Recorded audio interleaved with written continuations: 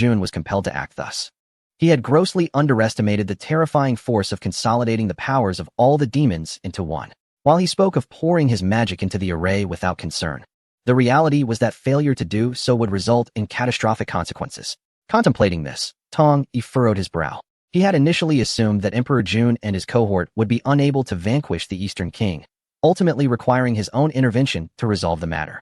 However, given the current circumstances, he could not ascertain whether the Eastern King could withstand a single arrow.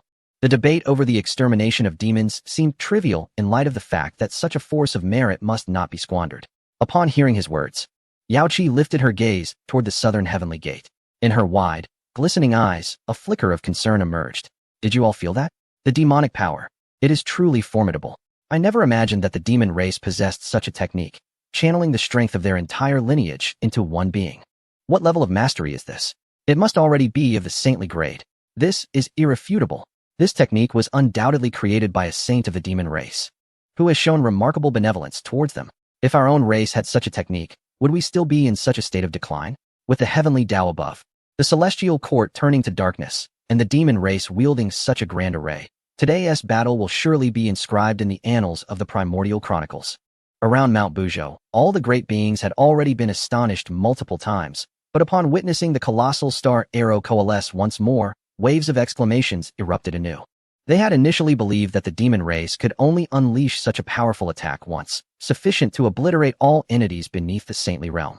Yet, they were taken aback to discover that, beyond the array, the demon race possessed such formidable techniques. Such an awe-inspiring formation could launch another assault. How could the other races of the primordial realms possibly survive this? With merely these two weapons, the demon race had surpassed the legendary three divine beasts of yore. Indeed, the currents of time only advance and never retreat. At that moment, the great beings of the realms comprehended fully. The demon race had spread its wings. Regardless of the circumstances, Emperor Jun leading the demon race to assault the celestial court was inherently a breach of decorum and propriety. Yet now, with the Eastern King having succumbed to the path of darkness, Emperor Jun and the demon race's incursion into the celestial court had paradoxically become a righteous endeavor. This realization left the great beings feeling utterly powerless, while inwardly cursing the Eastern King. Moreover, what of the Western Queen Mother? As the foremost of the female immortals, how could she remain oblivious to the Eastern King's clandestine possession of a demonic corpse, allowing him to descend into darkness right before her eyes?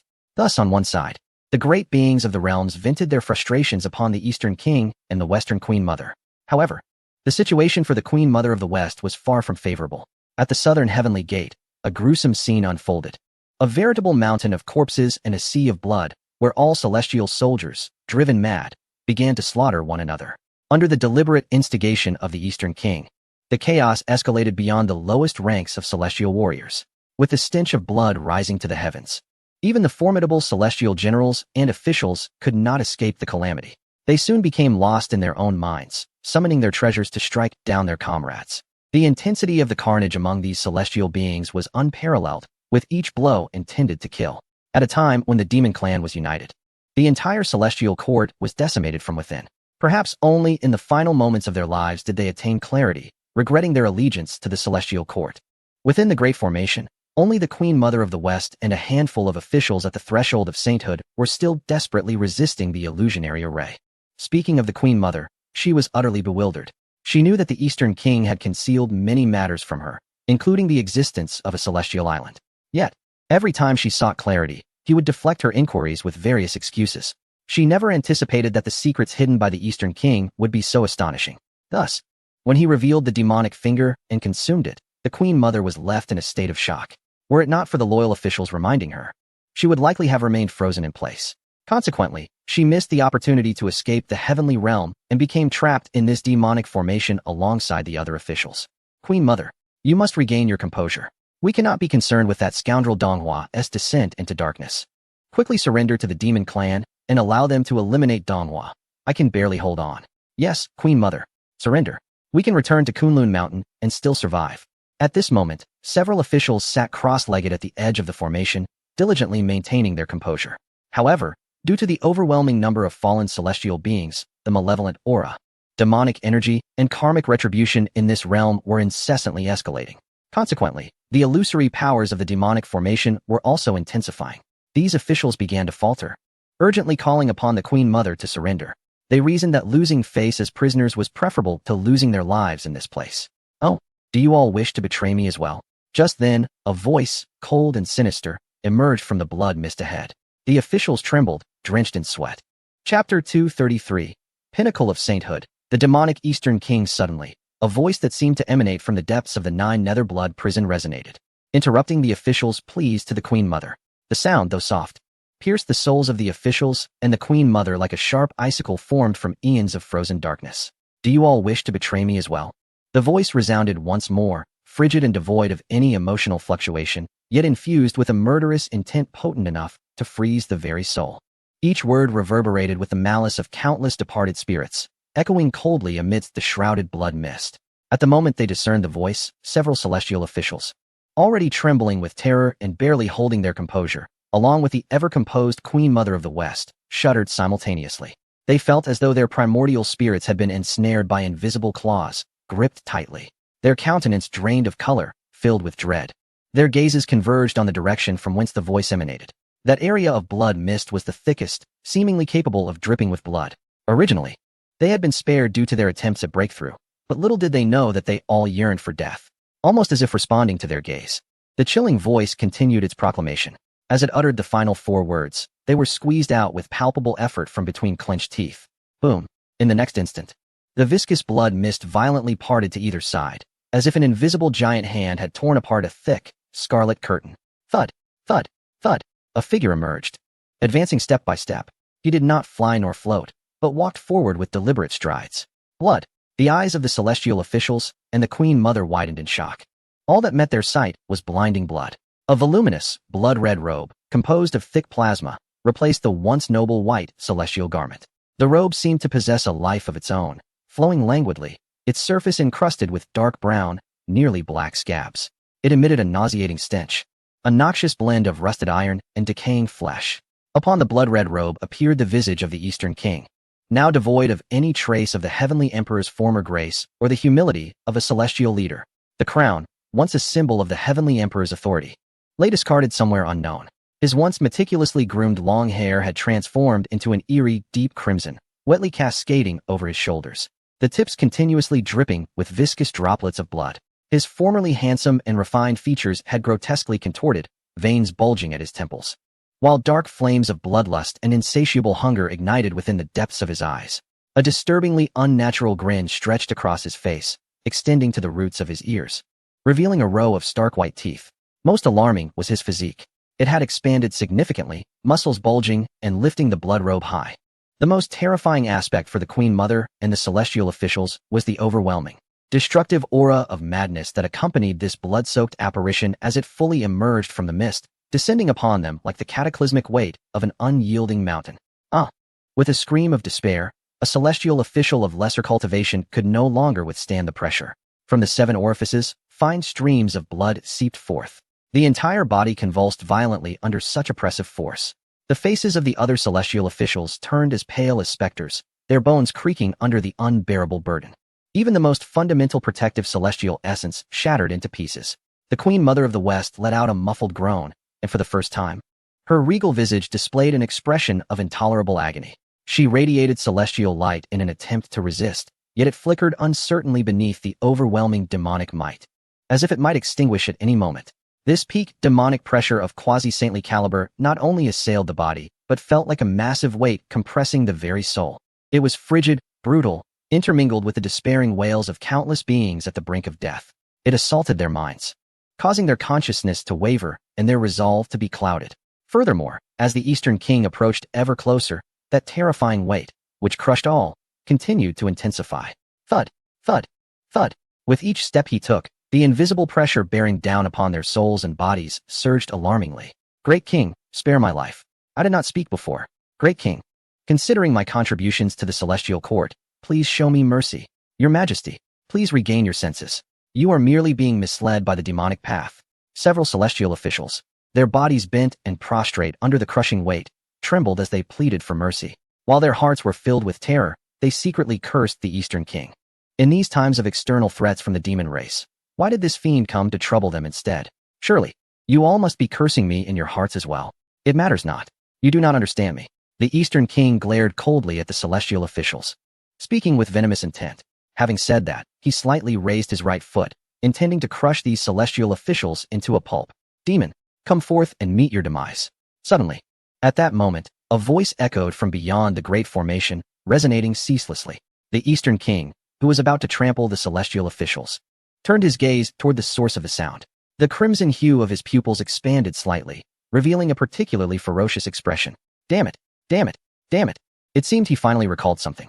The Eastern King roared repeatedly, brimming with murderous intent, his figure flashing as he transformed into a streak of blood light. Dashing toward the southern heavenly gate, he vanished from sight.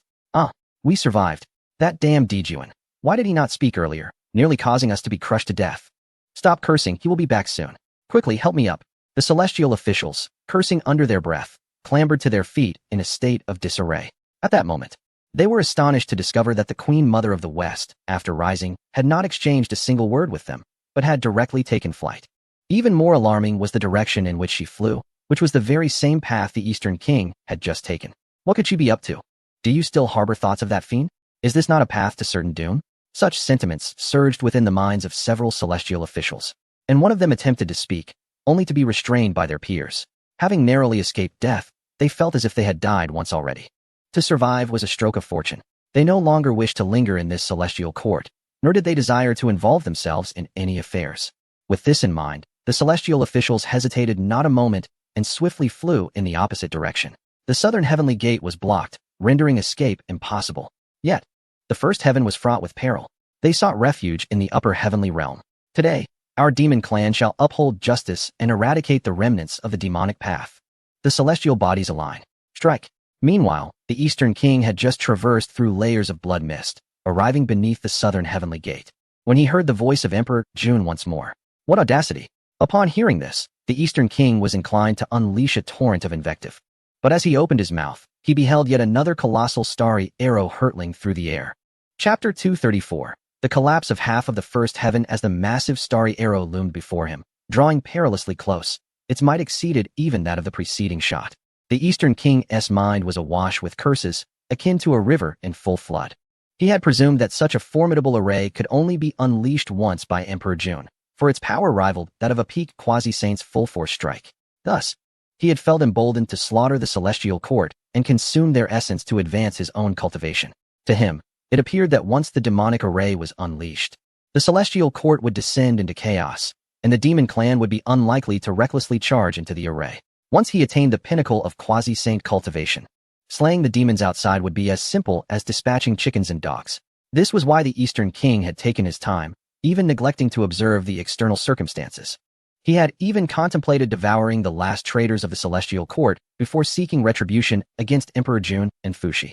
However, due to his negligence, he failed to notice that Emperor June had once again coalesced a colossal starry arrow. A sudden tremor coursed through his heart, should he be struck by this arrow. Even forcibly elevating his cultivation to the peak of quasi-saint would not spare him from dire consequences. Such thoughts, though intricate, flitted through the Eastern King's mind in an instant. The speed and power of the starry arrow were such that the previous Eastern King would have been unable to react and would have been struck down. Yet this time, he was transformed, having become a demon and a peak quasi-saint. Almost in the very moment the starry arrow was about to strike him, he instinctively reacted, his demonic form quaking and demonic energy erupting forth. Boom! An indescribable cacophony of terror suddenly erupted. The colossal arrow of the stars, compressed to its utmost limit, struck the southern heavenly gate without any embellishment. There was no stalemate, no anticipated clash of energies, only the brutal obliteration and utter annihilation. The unimaginable power of the stars. At the very moment the arrowhead made contact with the tangible, resembled a torrent of cosmic force, long suppressed over eons, finally finding its sole outlet. Buzz!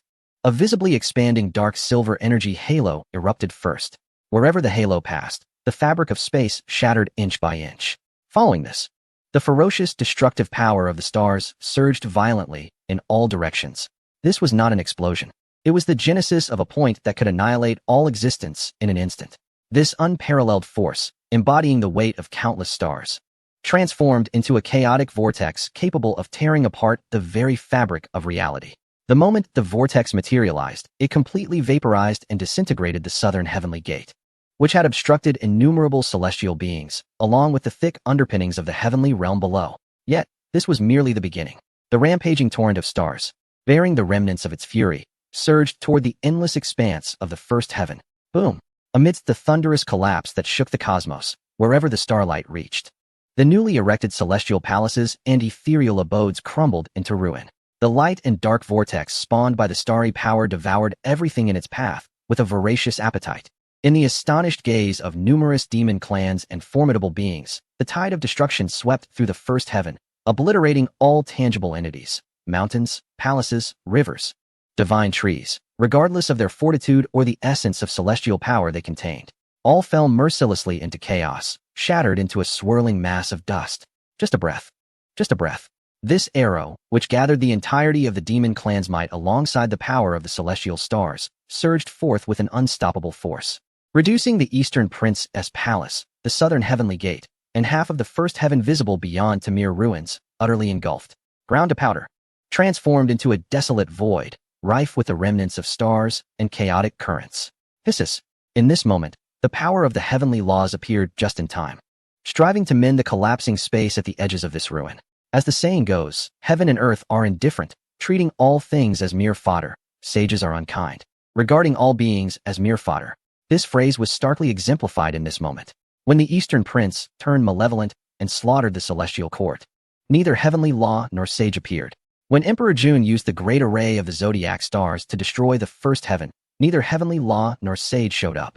It was only at this moment, when space had collapsed, that the power of heavenly laws made its appearance. It was unconcerned with the right or wrong of beings, as long as it did not disturb the heavenly environment. This is the true interpretation of the term benevolence. Have we triumphed? Is the fiend, the Eastern King, dead? Goodness gracious! The combined might of our clan is truly formidable. Indeed, previously, that solitary arrow struck the celestial formation, and I could not perceive its power, but this time, it is utterly terrifying. With this grand array in place, who in the realms could dare to oppose our clan? Ha! What a thrill! The might of His Majesty is unparalleled. I fear the Witch clan must be quaking in their boots upon witnessing this spectacle. Ha! In the aftermath of this scene, the entire demon clan erupted in jubilation, their cheers resonating through the heavens. Even though they had exhausted their demonic energy to sustain the grand cosmic formation, at this moment, they felt a surge of newfound vitality within them, overwhelming excitement coursing through their veins. The elation of victory filled their minds. After all, this arrow was not solely the work of Emperor June. Every demon contributed to this effort. All things considered, this collapse of the first layer of the heavens bears witness to their collective strength. Even the 10 great demon generals, upon witnessing half of the first layer reduced to ruins, were flushed with exhilaration, their eyes sparkling with delight. Their sense of accomplishment may not rival that of their subordinates, but they too contemplated one crucial thought. With this grand array, they need not fear even the Witch clan. From this day forth, the demon clan has truly and irrevocably ascended to the status of a great clan within the realms. Furthermore, the 10 great demon generals now exist as entities above millions of demons. With these thoughts in mind, how could they possibly suppress their inner excitement? They could almost envision their palaces being established in the celestial realm. Only the foremost figures, Emperor June, Tai, and Fushi, remained fixated on the ruins of the southern heaven gate, their eyes gleaming as they desperately sought traces of the Eastern King. Suddenly, a chilling laughter echoed from the collapsed space, reverberating throughout the realms, eluding any discernible source. In an instant, the once jubilant atmosphere came to an abrupt halt, plunging into an eerie silence. All demons, from the soldiers to the generals, abruptly looked up, their faces a mask of disbelief as they gazed into the ruins, terror radiating from their pupils. Chapter 2:35. Ambition and dignity. You possess such meager abilities? Then it is my turn to make my move. The harsh, cold voice resonated through the desolate void of what was once the southern heaven gate.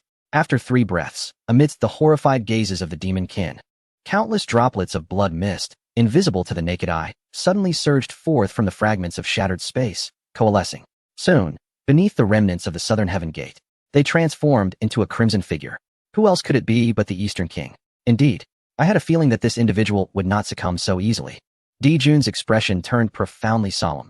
Upon finishing his words, he immediately turned to grasp Tai Yi's hand, hastily channeling the remaining demonic energy within him. The recent arrow from the celestial star formation had nearly depleted the entirety of the demonic power of the entire demon clan, leaving only his own reserves. Consequently, The celestial star formation would no longer be able to exert its formidable might. He thought to himself that if he could transfer some of his demonic energy to Tai Yi, perhaps they could invoke the Eastern Emperor's bell once more, which might restrain the Eastern King. At that moment, the entire demon clan, witnessing this scene, began to react. The previously jubilant atmosphere instantly chilled. All the demon soldiers turned pale, their faces etched with fear as they gazed upon the increasingly solidifying figure of the Eastern King in the distance. The terrifying and bizarre aura of authority slowly pressed down upon them, dissipating the fervor that had once surged within them, leaving only an overwhelming sense of dread. After all, if even such a fearsome arrow could not vanquish this demon lord, what means did they possess to confront him? The fear was not confined to the demon soldiers alone. Even the 10 great demon commanders trembled slightly. Standing at the forefront, they felt the most potent aura of demonic energy. They could clearly discern that the Eastern King's cultivation had not diminished. He remained at the pinnacle of quasi-saint level, even though he had been struck by the celestial arrow. His reconstructed demonic form, though pockmarked and significantly weakened, still embodied the essence of a quasi-saint. Without the celestial star formation, could they still contend against him? Just then, 2 dim and lifeless artifacts plummeted from the heavens, the He-2 and the innate Bagua disc. Having employed the celestial star formation twice, the innate Bagua disc had been excessively depleted. Not only had its brilliance faded, but visible cracks also marred its surface. Fu Shi, with a pained expression, cradled the innate Bagua disc in his hands, gently caressing the minuscule fissures. He then turned to Di Jun, asking, "What shall we do? Do you have any assurance?" His tone remained remarkably calm, entirely unperturbed by the Eastern King. Clearly, he possessed a hidden card, a life-preserving measure bestowed upon him by Nuwa after her ascension. Even with the Eastern King reaching the pinnacle of quasi-saint level, Fu Shi felt confident in his ability to escape using that trump card. It was not that he was indifferent to the fate of the demon clan. Rather, his proficiency in divination allowed him to perceive the inexorable factors at play, and he would not stubbornly pursue what was unattainable. Upon hearing this, Di Jun regarded Fu Shi, his words hanging on the tip of his tongue. He had come to understand Fu Shi's temperament, realizing that the latter's calmness in such a critical moment indicated he had a hidden strategy. He could surmise that this strategy likely involved Nuwa. Thus, he harbored a strong desire to seek Fu Shi's assistance. Yet, as the words lingered on the tip of his tongue, he swallowed them back.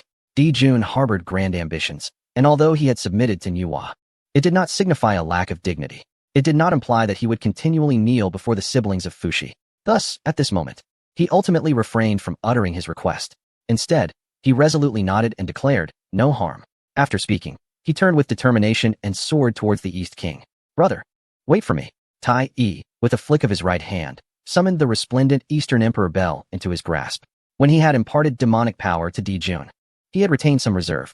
Now, following Di Jun's replenishment, there was enough power to utilize the Eastern Emperor bell. Thus, he felt unperturbed by the East King. Moreover, with his brother charging ahead, how could he remain behind?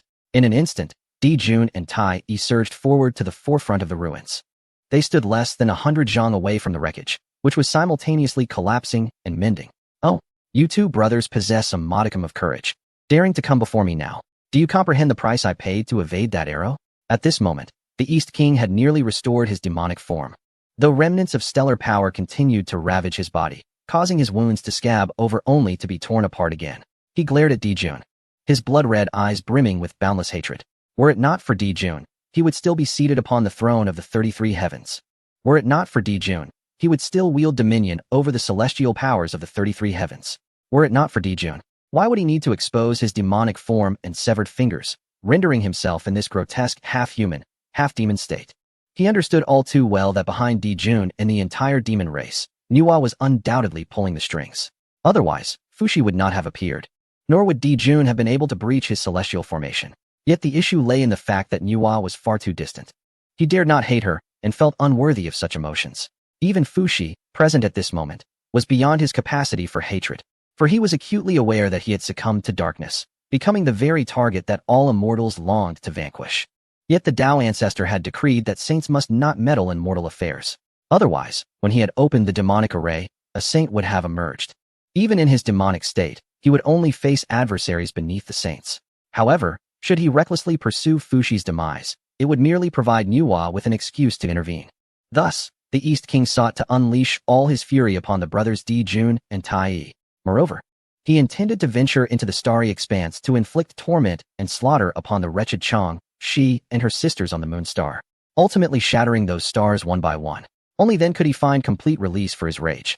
As he contemplated this, the hands of Dong Wangong, stained with blood, trembled slightly, a burgeoning impulse to strike igniting within him. Yet, before acting, he cast a covetous glance toward the Dong Huang bell held by Tai Yi. In the current state, devoid of the grand formation, Di Jun posed little threat. The only source of his trepidation lay in this chaotic bell. Moreover, should he succeed in obtaining it, after eliminating Di Jun, Tai Yi, and the other demon clans, he could retreat, and, beneath the sage's realm, who could stand against him? Once this thought took root, Dong Wangong ceased to hesitate, his figure flickering, appearing before Di Jun and Tai Yi in the blink of an eye. The disparity in their realms left Di Jun and Tai Yi momentarily stunned, only to behold a bloodied hand materializing before them, the acrid scent of blood assaulting their senses. "Stop!" Tai Yi exclaimed in alarm, his voice rising in fury as the Dong Huang bell swiftly soared forth. In that critical moment, a figure suddenly emerged between the two parties. Chapter 236. Grant me a favor, speak your last words, senior brother. At the horizon of Mount Buzhou, when Yao Qi beheld the figure that had abruptly appeared between Tai Yi and Dong Wangong, she felt an odd sense of familiarity. It was only upon turning to find Tong Yi, who should have been by her side, suddenly absent, that she realized he had intervened. "Humph, wicked senior brother. You've deceived me once more. You claimed you would not involve yourself in this matter, yet you just saved Hong Yun and now intend to rescue someone else?" As these thoughts crossed her mind, Yao Qi's brows furrowed with concern as she gazed anxiously at Dong Wangong. Perhaps he was the last remnant of darkness in the primordial world, closely entwined with the Rakshasa within her. Had she not witnessed this, she would have felt no emotion. Yet now, Yao Qi found herself in turmoil. She was acutely aware of her own condition. There were aspects she had not disclosed to her senior brother. It could be said that she and the Rakshasa had completely fused into one. The other was her, yet not her. However, the thoughts of the Rakshasa would invariably influence her, from her character to her preferences. For instance, when the demon god of the heavens appeared, the Rakshasa began to sway her thoughts, plunging Yao Qi into deep conflict and inner turmoil. The thoughts belonging to Yao Qi asserted that since Dong Wangong had succumbed to darkness, he deserved death. Conversely, the thoughts of the Rakshasa maintained that this was the last lineage of the demonic path, and she could not bear to witness its total annihilation. Silence. Silence. You have already dulled your demonic nature. You are no longer a demon. Why concern yourself with the fate of the demonic path? If you continue to influence me, I shall have my senior brother confine me. Yao Qi suddenly clutched her head, exclaiming fiercely. In the moment of merging with the Rakshasa, she too had experienced the memories and trials that belonged to her. Under the influence of the Rakshasa maiden, the Yao Qi has long ceased to be the innocent and naive little fairy. Otherwise, she would not have transformed into the adult visage she now possesses. In her earlier days, her fierce demeanor would have evoked nothing but endearment, yet now it carries a genuine edge. Indeed, as she spoke, the clarity returned to her gaze. She lifted her gaze towards the ruins of the southern heavenly gate, her expression a tapestry of complex emotions. Silence. The moment that figure appeared, an eerie stillness enveloped the entire expanse before the southern heavenly gate. The Eastern Emperor bell, now human-sized, was gently pressed by a solitary hand. Regardless of the commands issued by Tai Yi, the bell remained as if petrified, daring not to stir. Meanwhile, upon the arrival of this figure, Dong Wangong was rendered oblivious. Frozen in place, his bloodied claws lingered in the air, transfixed by the newcomer, myriad emotions flitting across his twisted visage. Fear, resentment, and trepidation. Grant me a moment's grace. The commotion has been ample. Let us pause. Tong Yi retracted his hand, his slender fingers lightly tapping the Eastern Emperor bell. Buzz. The Eastern Emperor bell trembled violently. Under the astonished gaze of Tai Yi and Di Jun, it uncontrollably shrank back to the size of a palm, soaring back into Tai Yi's sleeve. Tai Yi could even sense the bell quivering within the confines of his garment, further stirring the tempest of his already astonished heart. This was the Eastern Emperor bell, the primordial bell. Once it cleaved the heavens and defied chaos itself. Yet today, a mere touch rendered it so apprehensive. This compelled Tai Yi to reevaluate. No. He gazed up in awe at the suddenly manifested figure. Over the years, the two brothers, having established the demon clan and conquered myriad races, had not only witnessed the clash of powers, but had also experienced an inflation of their own egos. They had believed they were closing the distance with the newcomer. However, as the years passed, it seemed that even without achieving sanctity, the figure stood like a distant mountain, seemingly close, yet ultimately unattainable. Emperor Jun, I pay my respects to the esteemed elder of the primordial. Di Jun implored, forgive my transgressions. It is not that I am unaware of the heaven's grandeur, but this individual has indeed succumbed to darkness. It is our duty as immortals to vanquish such evil. As Tai Yi remained in a daze, Di Juan had already taken the initiative to bow before Tong Yi, his heart gripped by dread, utterly unaware of how long the figure had been present. Clearly, it had been a considerable time. The earlier statement had been a pointed reminder. The recent appearance of Hong Yuan had allowed him a measure of grace. Yet the outcome had been fatal. Now, this figure demanded the same respect. Di Juan, however, dared not show the slightest hint of negligence, adopting an exceedingly humble demeanor. Yet, no matter how low he stooped, it could not compare to the profound respect he once displayed at the Zixiao Palace. In those days, the celestial powers regarded him as a sage. Now, they had come to realize he remained beneath the sanctity of the sage's realm. Consequently, Di Juan's address shifted from sage to senior. Nonetheless, he still owed due respect. For that seemingly gentle hand that had effortlessly resisted the Eastern Emperor's bell shattered the dignity he had painstakingly built over the years. Even the Eastern Emperor's bell, in that moment, appeared as a mere subordinate. Di Juan dared not overestimate himself. Moreover, the current circumstances were markedly different from those faced by Hong Yuan. Previously, he had the advantage, but now, the tables had turned. He was weak against a strong adversary. Thus, respect was not merely a courtesy to be offered. He must bestow it willingly. His thoughts, if scrutinized by an ordinary person, would be inscrutable. Yet, within Tong Yi's 6 ears' divine perception, they were laid bare. Tong Yi cast a detached glance at Di Juan. Boom. The once submissive Di Juan suddenly felt struck by an invisible force. Without so much as a reaction, he was sent flying, colliding with the 10 great demon lords behind him. Fushi, Bai Zhe, and Tai Yi, witnessing this, hastily intervened to prevent further calamity, rescuing the visibly terrified Di Juan. Hun Yuan. Tai Yi was incensed. His elder brother was his Achilles heel, his forbidden touch. Even if the Eastern Emperor's bell instilled fear, he would not hesitate to act. Stop. You must cease. Di Juan urgently raised his hand to halt Tai Yi, his face a mask of shock as he turned towards Tong Yi, Sr. Others may not comprehend the might of that invisible force, but I do. If you had unleashed your full power, I would have perished on the spot, not merely been sent flying. You are imparting a lesson to me. But why? Do not entertain any ill intentions in my presence. I am not fond of such behavior. Tong Yi replied coolly, meeting Di Juan's fearful and questioning gaze. Exorcising demons is the duty of my master. Now that my master has acknowledged it, exorcising demons is also my task. Di Juan had deliberately mentioned the term exorcising demons to elevate himself, a transparent ploy. Furthermore, his own appearance was indeed to exorcise demons. Yet he disdained Di Juan's conduct. Having said this, Tong Yi turned away from Di Juan without a second glance, directing his attention toward the towering figure of the Eastern King, shrouded in demonic energy. Speak your last words, Tong Yi stated indifferently. That is a Hun Yuan sage. What sage? The rumors suggested he was not a sage, and it seems they were true. If he were a sage, he would not interfere in this matter. Such overwhelming aura. Di Juan and Tai Yi, once imperious, were now sent reeling by a mere glare. The audacity to compel that demon to utter his final words truly sets a standard for our kind. In my estimation, while he has yet to attain sainthood, he is not far from it. Regardless, this is a positive development. I had anticipated that Emperor Juntai was nearing his end, compelling us to rise and vanquish the evil. With Tong Yi single-handedly suppressing the Eastern Emperor bell, he cast a fierce glare that sent Emperor Jun flying. When the Eastern King spoke his last words, those celestial beings concealed near Mount Buzhou could hardly contain their exhilaration, collectively exhaling a sigh of relief. After all, as immortals, and notably as one of the great powers who once listened to the teachings in the Zixiao Palace, should Emperor Juntai fail to withstand the malevolence of the Eastern King today, they would have no choice but to confront him head-on.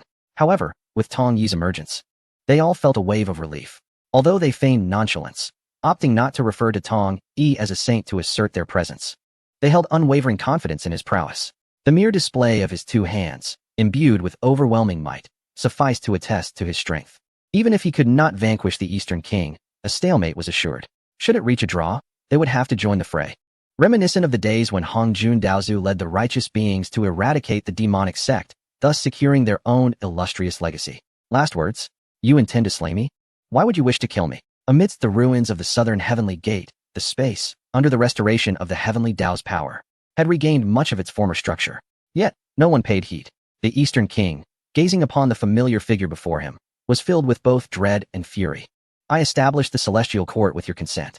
Everything I did was to gather fortune for you. When the demon race invaded the celestial court, you did not show yourself. Now that the celestial court is no more, I seek vengeance, and you dare to obstruct me? Why? Why? The Eastern King, in utter despair, his already fearsome visage contorted with rage, pointed at Tong Yi and shouted in agony. His tone was rife with resentment and confusion, as if Tong Yi were the architect of this entire predicament, casting him as the righteous one. His words, amplified by the demonic energy of a pinnacle quasi-saint, reverberated throughout the heavens and beyond, echoing clearly across the central region. It was as though Tong Yi had betrayed him, as if he had suffered an immense grievance that needed to be known by the myriad beings of the wilderness. What? The establishment of the celestial court was to gather fortune for Han Yuan? If that is the case, then indeed, Han Yuan has betrayed the Eastern King. The veil of deceit has been lifted. The establishment of the demon race was merely for the sake of fortune as well. Despicable. Utterly despicable. They have already reached the pinnacle of the world, yet they still vie for resources in the heavenly realm. Alas, with the Tao ancestor in seclusion, they dictate the terms. What can you do? Truly, upon hearing the Eastern King's words, the celestial beings immediately began to engage in fervent discussions. With the demon slain, they felt a sense of relief and adopted a spectator's demeanor. They aligned themselves with the words of the Eastern Prince, subtly accusing Tong Yi of being unscrupulous. In truth, their reproach was not solely directed at Tong Yi. It encompassed all who possessed power, or rather, those mightier than themselves. This world, after all, operates on the principle of the survival of the fittest. Each of these formidable beings had ascended to their current heights by treading upon countless corpses and wielding innumerable treasures of heaven and earth. Yet, in articulating their criticisms, they never paused to reflect on whether they themselves were any different. This is a stark reality, irrespective of the world or the era. Oh, are you certain? Meanwhile, before the ruins of the southern heavenly gate, confronted with the Eastern Prince's vehement accusations, Tong Yi maintained an air of remarkable indifference. His expression bore no trace of turmoil. Had he just traversed into the primordial chaos, such slander might have incited laughter or fury within him. However, his current state of mind had undergone a profound metamorphosis. The Eastern Prince's vehement words held no power over him. Could you repeat that? He said, gazing at the Eastern Prince with a placid demeanor, refraining from engaging in debate or pointing out the numerous fallacies in the other's statements. He simply spoke with a calmness that sent the Eastern Prince into a frenzy. How dare you presume superiority? Why do you not refute me? Why are you not enraged? The Eastern Prince, consumed by rage, bellowed with increasing fervor. As the saying goes, only those who slander you truly understand the weight of the mud they cast upon you. The Eastern Prince's earlier accusations were steeped in a multitude of insinuations known only to him. For instance, was it Tong Yi who compelled him to establish the Celestial Court? No, that was his own endeavor. From the inception of the idea to hosting a banquet on Kunlun Mountain and seeking the consent of the 7 disciples of the Xianmen, every step had been his own. Even when the celestial beings who joined the Celestial Court discreetly inquired if he was being manipulated by Han Yuan, he never denied it. His silence implied acquiescence. Not to mention, all the powerful beings outside the Celestial Court were misled regarding this matter. Moreover, the claim that the establishment of the Celestial Court was to gather fortune for Han Yuan was equally a self-directed narrative. Had he amassed fortune? Indeed, he had. Even employing demonic methods to refine the powers of the 33 heavens using this fortune. But had any of that fortune ever reached Tong Yi? No. He could argue that Tong Yi had never come to him to request it, hence it was never delivered. Yet, in reality, he had never sought out Tong Yi either. He merely waved the banner of Han Yuan, rapidly expanding the Celestial Court, while Han Yuan had reaped not a single benefit. Thus, it can be concluded, the slanderous words uttered are known only to him. Yet the crux of the matter lies in his belief that, despite his public defamation, Han Yuan refrained from rebuttal and exhibited no rage, instead allowing him to repeat his claims. In that moment, the deep-seated fear of Han Yuan surged within him, along with a profound sense of guilt, culminating in the explosive wrath of the Eastern Prince. Why? He bellowed in fury, his aura of malevolence reaching a terrifying crescendo. Upon finishing his declaration, he abruptly extended his right hand, transforming the overwhelming demonic energy into a blood-red handprint that descended forcefully upon Tong Yi. In an instant, the recently restored space was torn asunder. The terrifying demonic energy caused the expressions of Emperor Jun and his companions to shift dramatically, each harboring a singular thought. This strike was dreadfully formidable and utterly unresistible. Chapter 238, Rebound. What realm does Han Yuan truly inhabit? Boom. The blood-red handprint, suffused with malevolent energy, descended with a thunderous crash. This attack, though seemingly akin to those previously employed against Emperor Jun and Tai Yi, was fundamentally different. Confronted with the unknown strength of Tong Yi, the Eastern Prince exerted every ounce of his power. His prior words were merely a ruse for gathering strength. This strike was not merely a demonstration of divine abilities, but also an invocation of arcane demonic arts, draining a significant portion of his essence and vitality. Regardless of the outcome for his opponent, The exertion of this strike would leave his own demonic form severely weakened, more so than the earlier evasion of the celestial giant's arrow. It could be said that he was inflicting 1,000-fold damage upon himself for the sake of a single strike against the enemy. But he could not afford to dwell on such matters. His sole aim was to secure a lethal blow. He was acutely aware that with Hung Yuan's sudden appearance and the necessity of his last words, there was no chance of mercy. He could not wait for death. He must act to save himself. As for whether this strike could slay Tong Yi, the Eastern Prince harbored a flicker of confidence. After all, he had attained the pinnacle of the quasi-saint realm, standing as the foremost being below the great saints of the primordial era. Even if Han Yuan too was at the pinnacle of the quasi-saint realm, what of it? His unexpected, full-force attack would surely leave his opponent grievously wounded, if not dead. He was convinced that Tong Yi would not survive to ensure his own escape, allowing him to flee when the moment was right. He envisioned a future of tranquility in which he could emerge to exact his revenge. With this thought, the visage of the Eastern Prince grew increasingly grotesque, his scarlet eyes gleaming with a sinister light.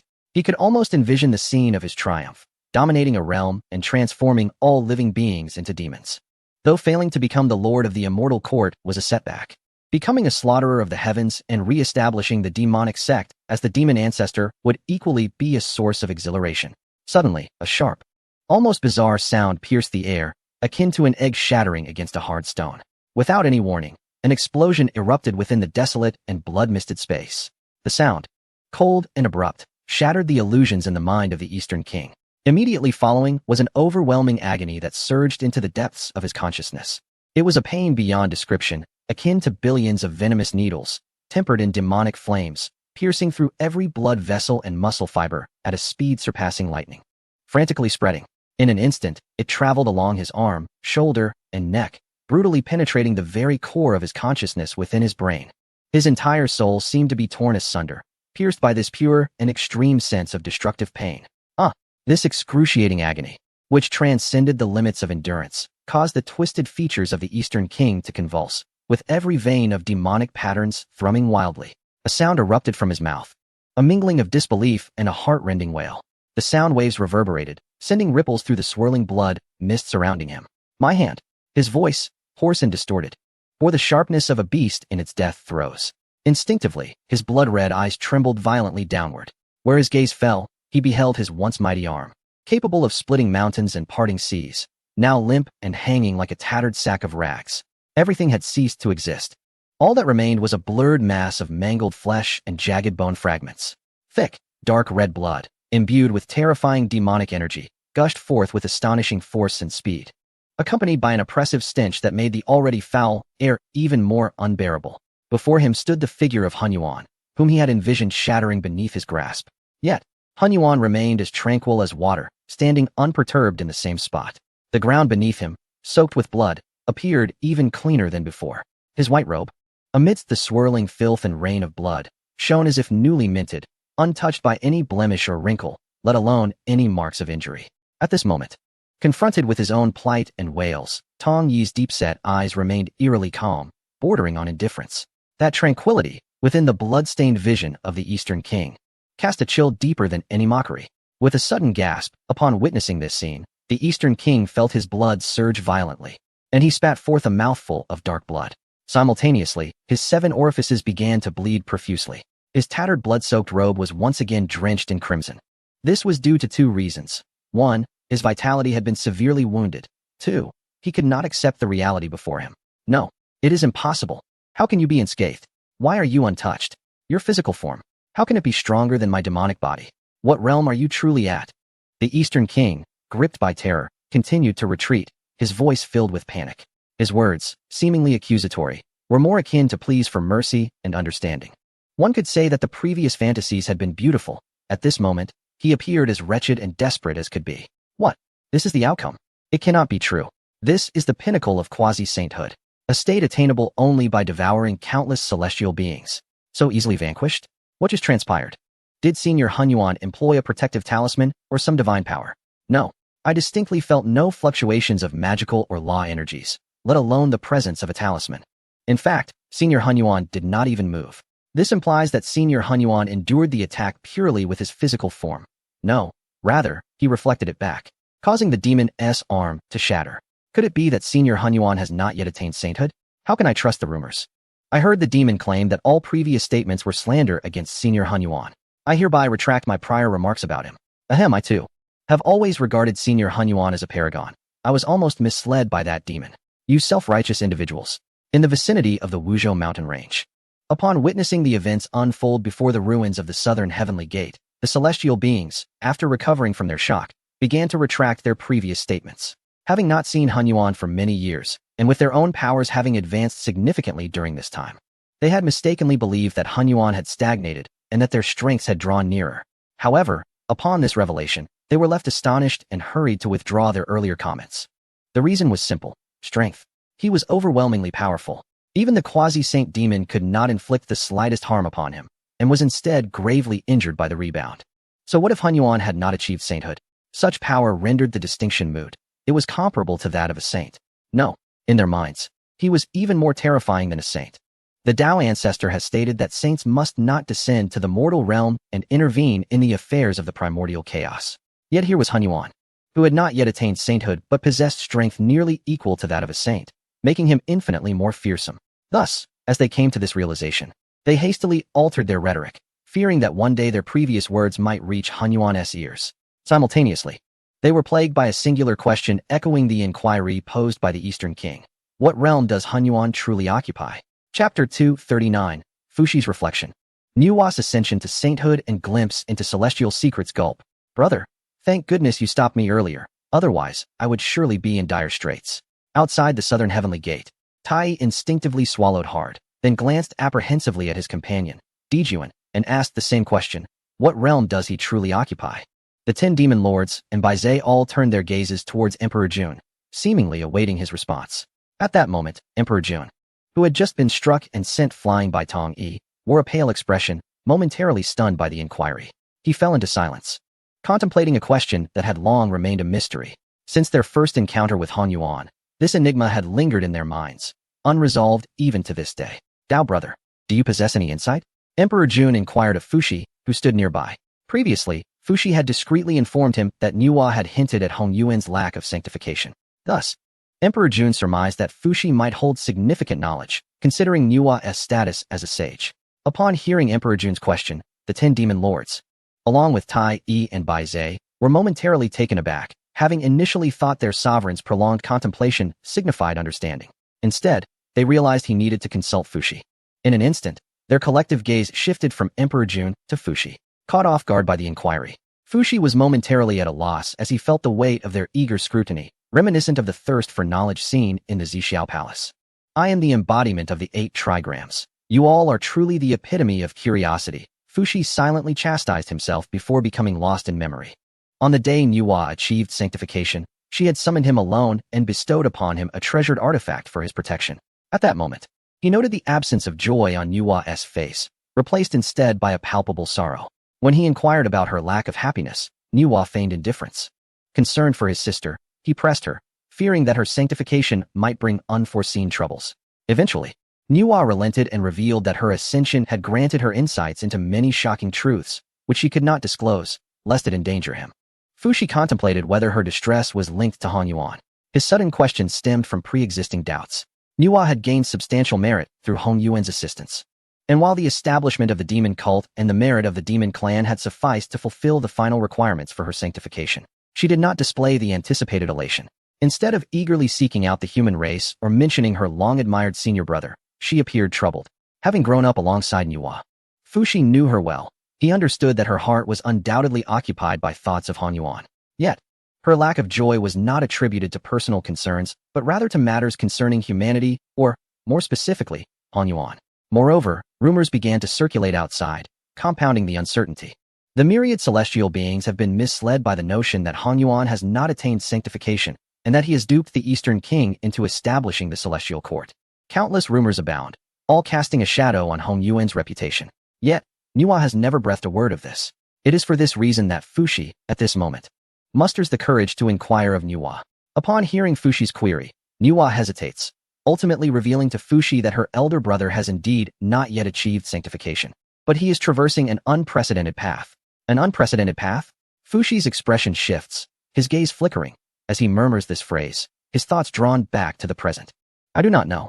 My sister has not elaborated. Do not press further. Fushi turns to Di Jun and speaks.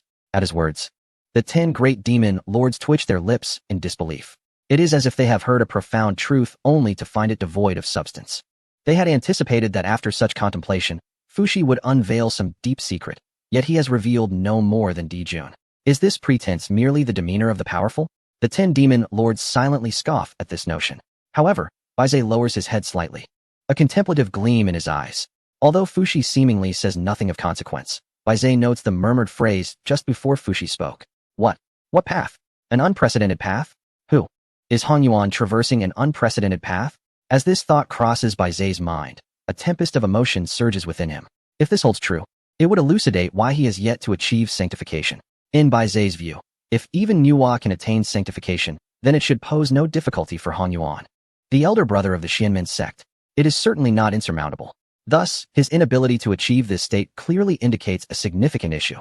Reflecting on Fushi's words, Baizé ponders what constitutes an unprecedented path. Is there truly such a path in the primordial world? Even among the saints, who seem scarce now, during the primordial chaos, every one of the 3,000 chaotic demons possessed the power of a saint. They command the might of 3,000 laws, while the chaotic demons wield the force of 3,000 great avenues. Let us not forget Pangu, who single-handedly opposed the 3,000 chaotic demons and ultimately opened the heavens and the earth. He mastered the path of strength, and his corporeal lineage is carried forth by the witch clan. Hence, one could argue that even Hongjun, the Tao ancestor, treads upon the well-worn paths, merely retracing steps. What, then, could be the unprecedented path? Baizé finds himself ensnared in contemplation, as he has an innate affinity for unraveling the truths of myriad beings and civilizations, which explains his profound understanding of the languages, customs, and natures of all races. He slightly raised his head, gazing at the slender figure in the distance. A wave of curiosity stirring within him. Old habits die hard. Baizé resolved to uncover the path traversed by this enigmatic elder, for it piqued his interest immensely. It was akin to his own initiation into the demon clan, not for any other reason, but simply for the thrill of it. Gathering beings from various tribes to form a demon legion, then challenging the celestial realm. Wasn't that inherently fascinating? Yet, he soon realized that delving into the path of the primordial entity might prove even more intriguing. The individual in question held the path of the virtuous saint in disdain. What, then, were their true ambitions? Contemplating this, Baizé's eyes shimmered with a fleeting light. If even Baizé could ponder this, then Di Jun was certainly no fool. Upon hearing Fushi's words, he fell into silence. After a moment of reflection, a chilling realization washed over him, as if he had uncovered a monumental secret. It was quite simple. He had believed his own ambitions were already considerable, yet it now appeared that the aspirations of the primordial being dwarfed his by countless magnitudes.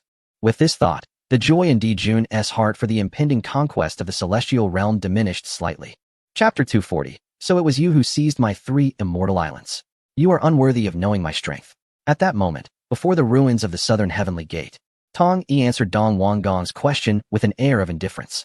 He could certainly sense the multitude of astonished gazes directed at him from behind, yet he remained unfazed.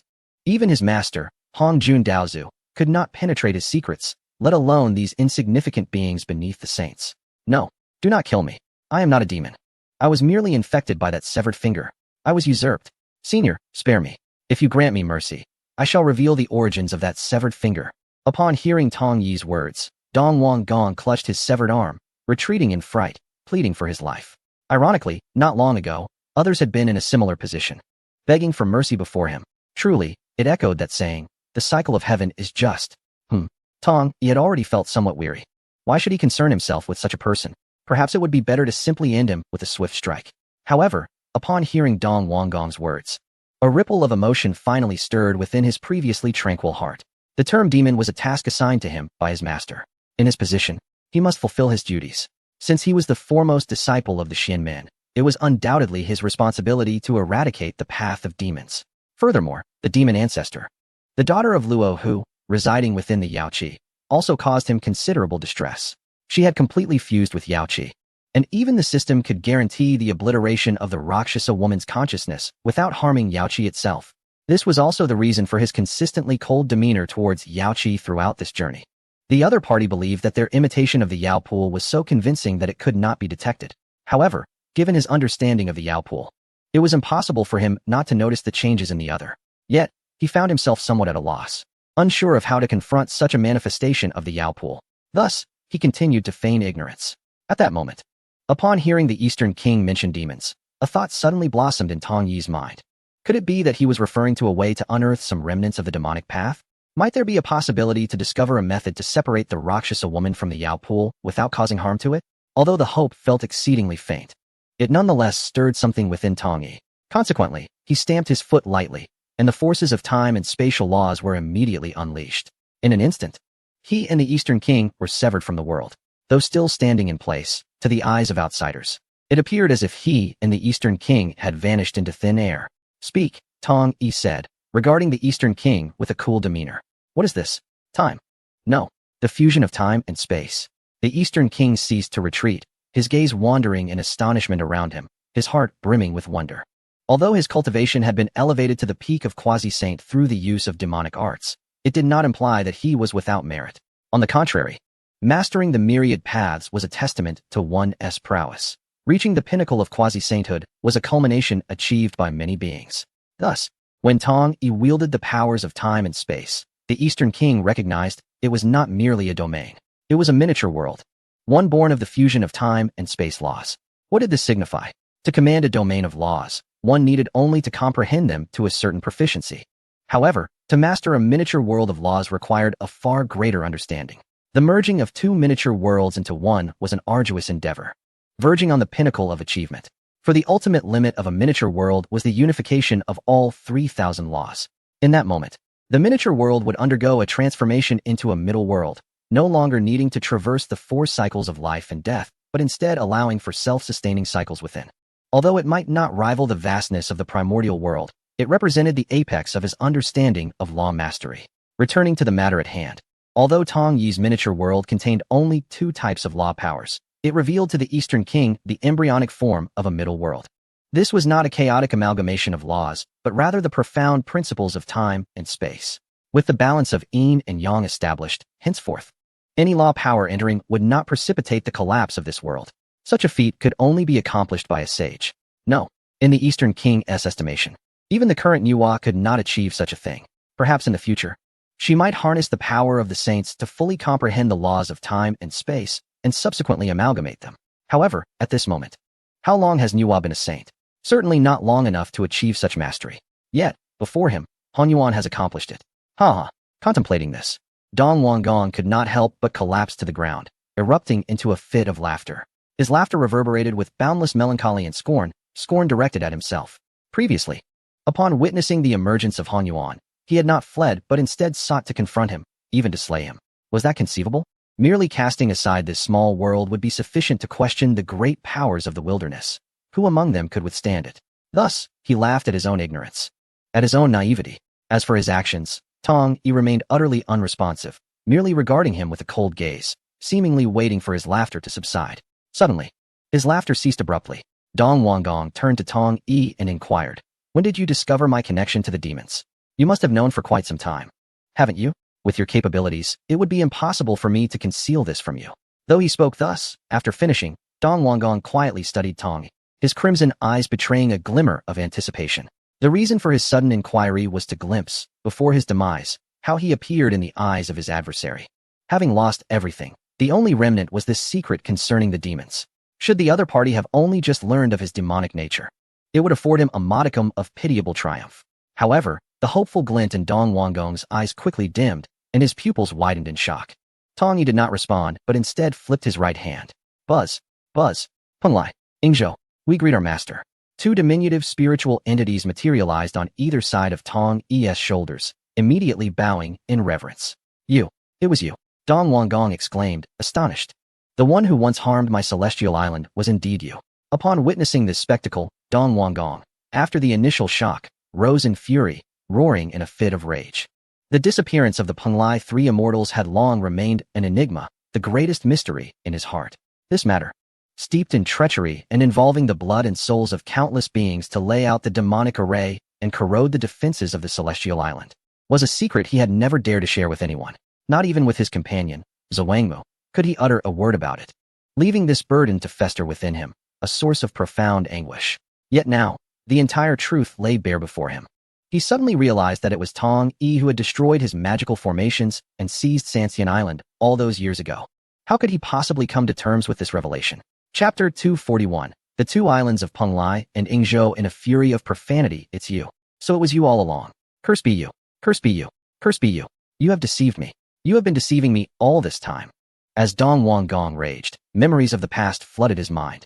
After painstakingly piecing together these recollections, enlightenment struck him like a thunderbolt, and everything became clear. I remember now, during that sermon, you arrived late. Afterward, your demeanor toward me took a sudden turn. I thought you were impressed by my talent and abilities. How foolish of me. I never expected you were merely toying with me. You are truly venomous.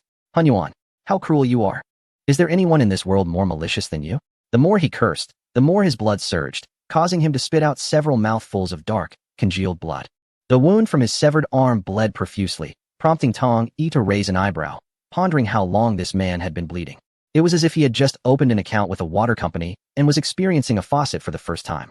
Your memory is indeed remarkable. Yes. You asked me when I figured it out, didn't you? I knew then. Tong Yi, however, paid no heed to Dong Wanggong's tirade, treating it as insignificant. His words were merely a repetitive string of insults. If this fellow were on the modern internet, he would be mercilessly ridiculed, his psyche shattered in minutes. You are truly ruthless. Dong Wanggong gazed at Tong Yi with weary eyes, stammering out his insults, but momentarily at a loss for words. He had already cursed countless times, yet his opponent remained unfazed. Continuing to vent his anger would serve no purpose but to further fuel his own rage. It is you. So you are this demon. I never expected to find you in such a wretched state today that I almost failed to recognize you. The spiritual entities of the two islands had yet to grasp the external circumstances when they suddenly heard a piercing, frenzied, and somewhat familiar voice emanating from ahead. Their spiritual forms trembled, and they turned to look. There stood Dong Wanggong, a face both familiar and foreign. Upon recognizing him, the harrowing images of the past surged back into their minds, igniting an intense fury within Penglai and Yingzhou. Moreover, how dare he insult their master?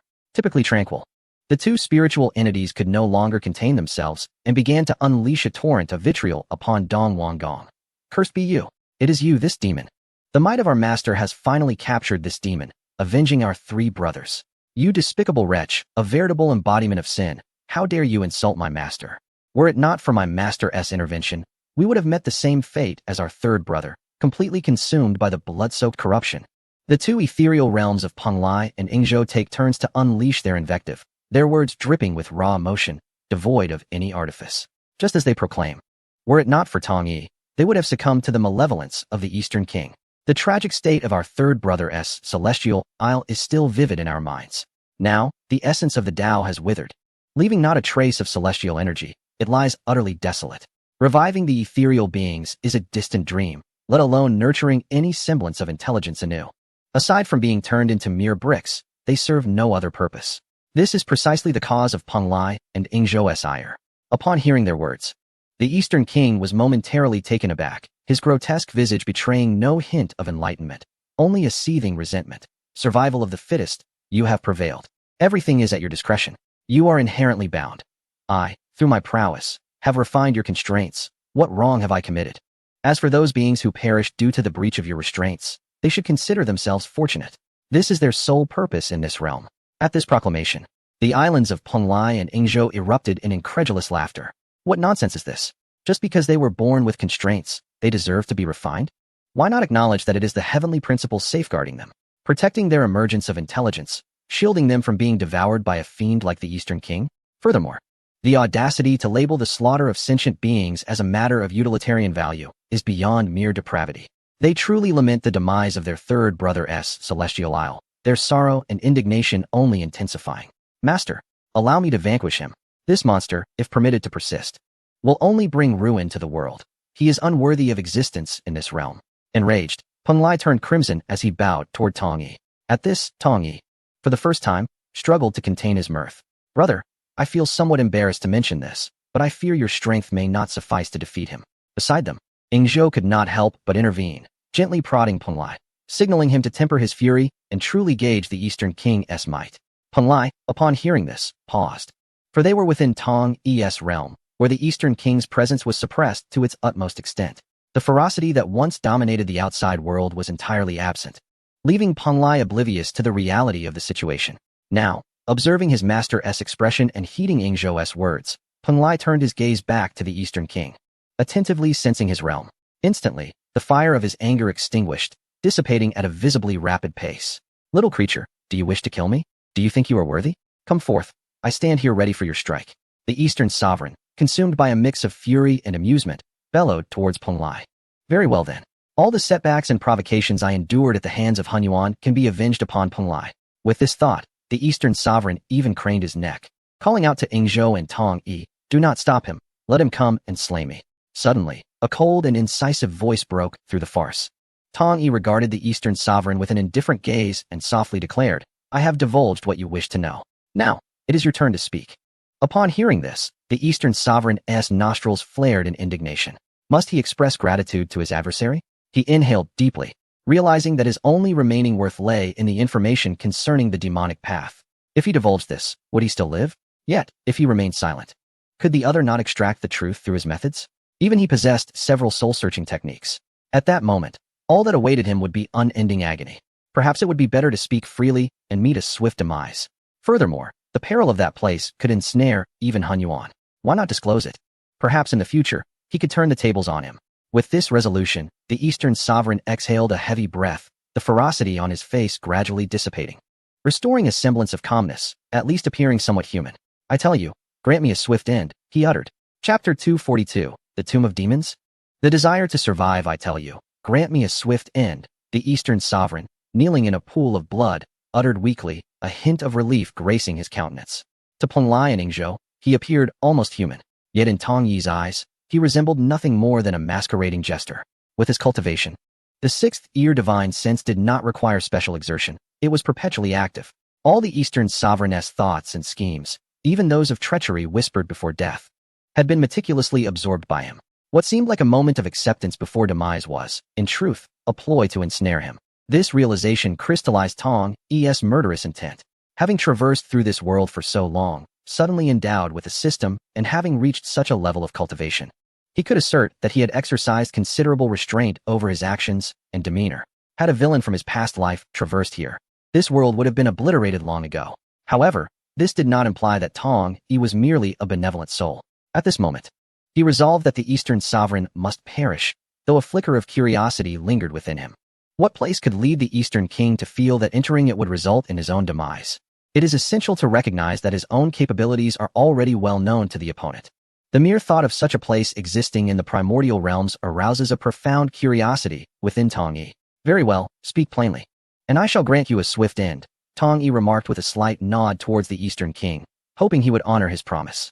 However, Eastern King, with a bitter smile and a sigh, lamented that had Tong Yi not seen through his facade, he might have been deceived by his moribund demeanor. Yet, Tong Yi remained silent, his gaze icy, urging him to continue without further delay. Such is the nature of existence. Faced with the specter of death, no matter how formidable one may be, fear begins to seep into the heart. Even the Eastern King was not exempt from this truth.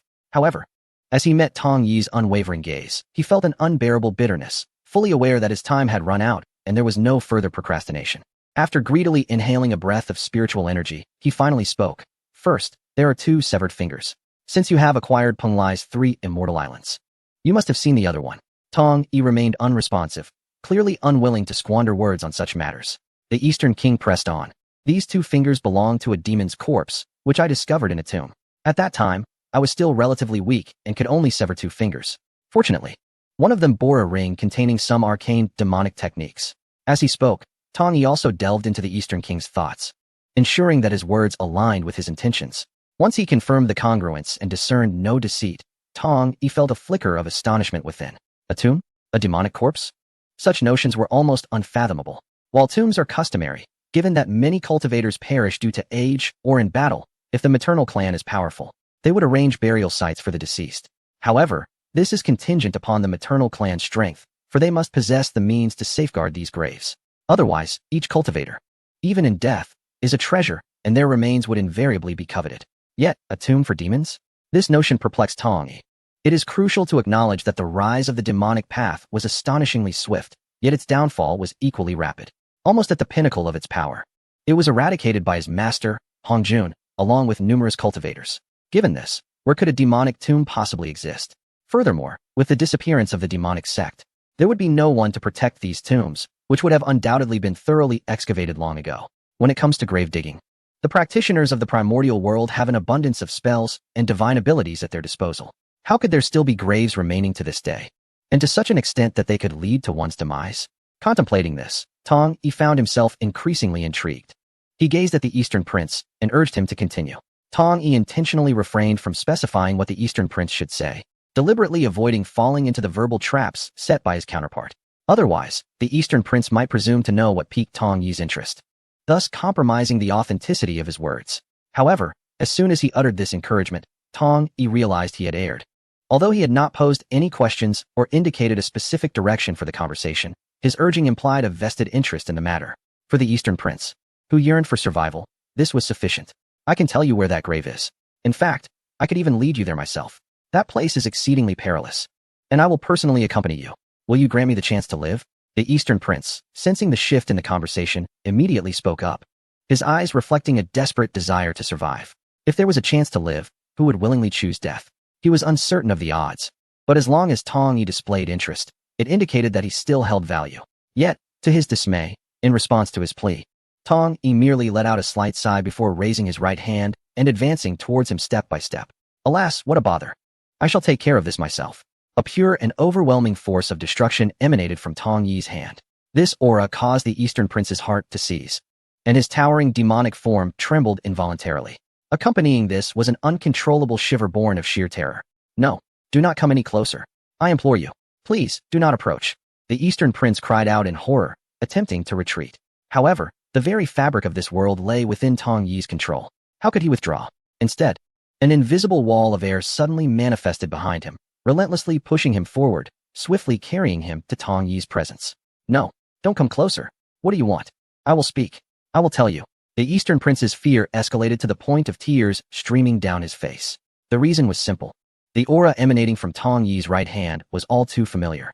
Years ago, within the Grand Hall of the Zixiao Palace, a mere gentle pat from Tong Yi had scattered even the formidable ancestor of the underworld river like leaves in the wind. The Eastern Prince was certain that if he were to be touched, his fate would be far worse than that of the ancestor of the underworld river. For what Tong Yi had indicated was that he was to retrieve something. What might that be? Naturally, it was his own memories. The dread of the torment associated with soul extraction shattered the composure of the once unflinching East King, who had mercilessly slaughtered countless beings. He resembled a lamb awaiting slaughter, desperately wishing that his cries might elicit a sliver of mercy. However, Tong Yi was always decisive in his actions, and he found the East King's incessant rambling tiresome and irksome, a cacophony that grated on his ears. With a slight extension of his right hand, across the void, and under the East King's terrified gaze, he gently tapped the vast expanse of the latter's head. Chapter 243. Is the East King to be obliterated? Ding. Detecting the demon East King. Is obliteration confirmed? At the moment Tong Yi's hand made contact with the East King's brow, the long-absent ethereal notification from the system resonated within Tong Yi's mind. In response to the system's prompt, Tong Yi instructed, choose to specifically shatter the primordial spirit and soul. In order to extract the other's memories, the option to designate obliteration had been available since the system's upgrade, a feature born from the fusion of the six-eared macaque's bloodline essence.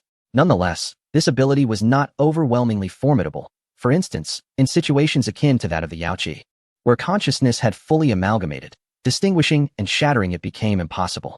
However, the East King, as an independent entity with a distinct primordial spirit and soul, remained within the purview of the system's capabilities. Indeed, upon hearing Tong Yi's request, the system promptly responded, ding. Scanning the demon East King's primordial spirit, ding.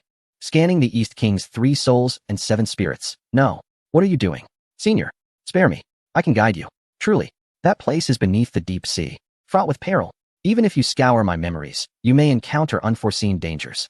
Let me live, and I shall lead you there. I am of use to you, Senior.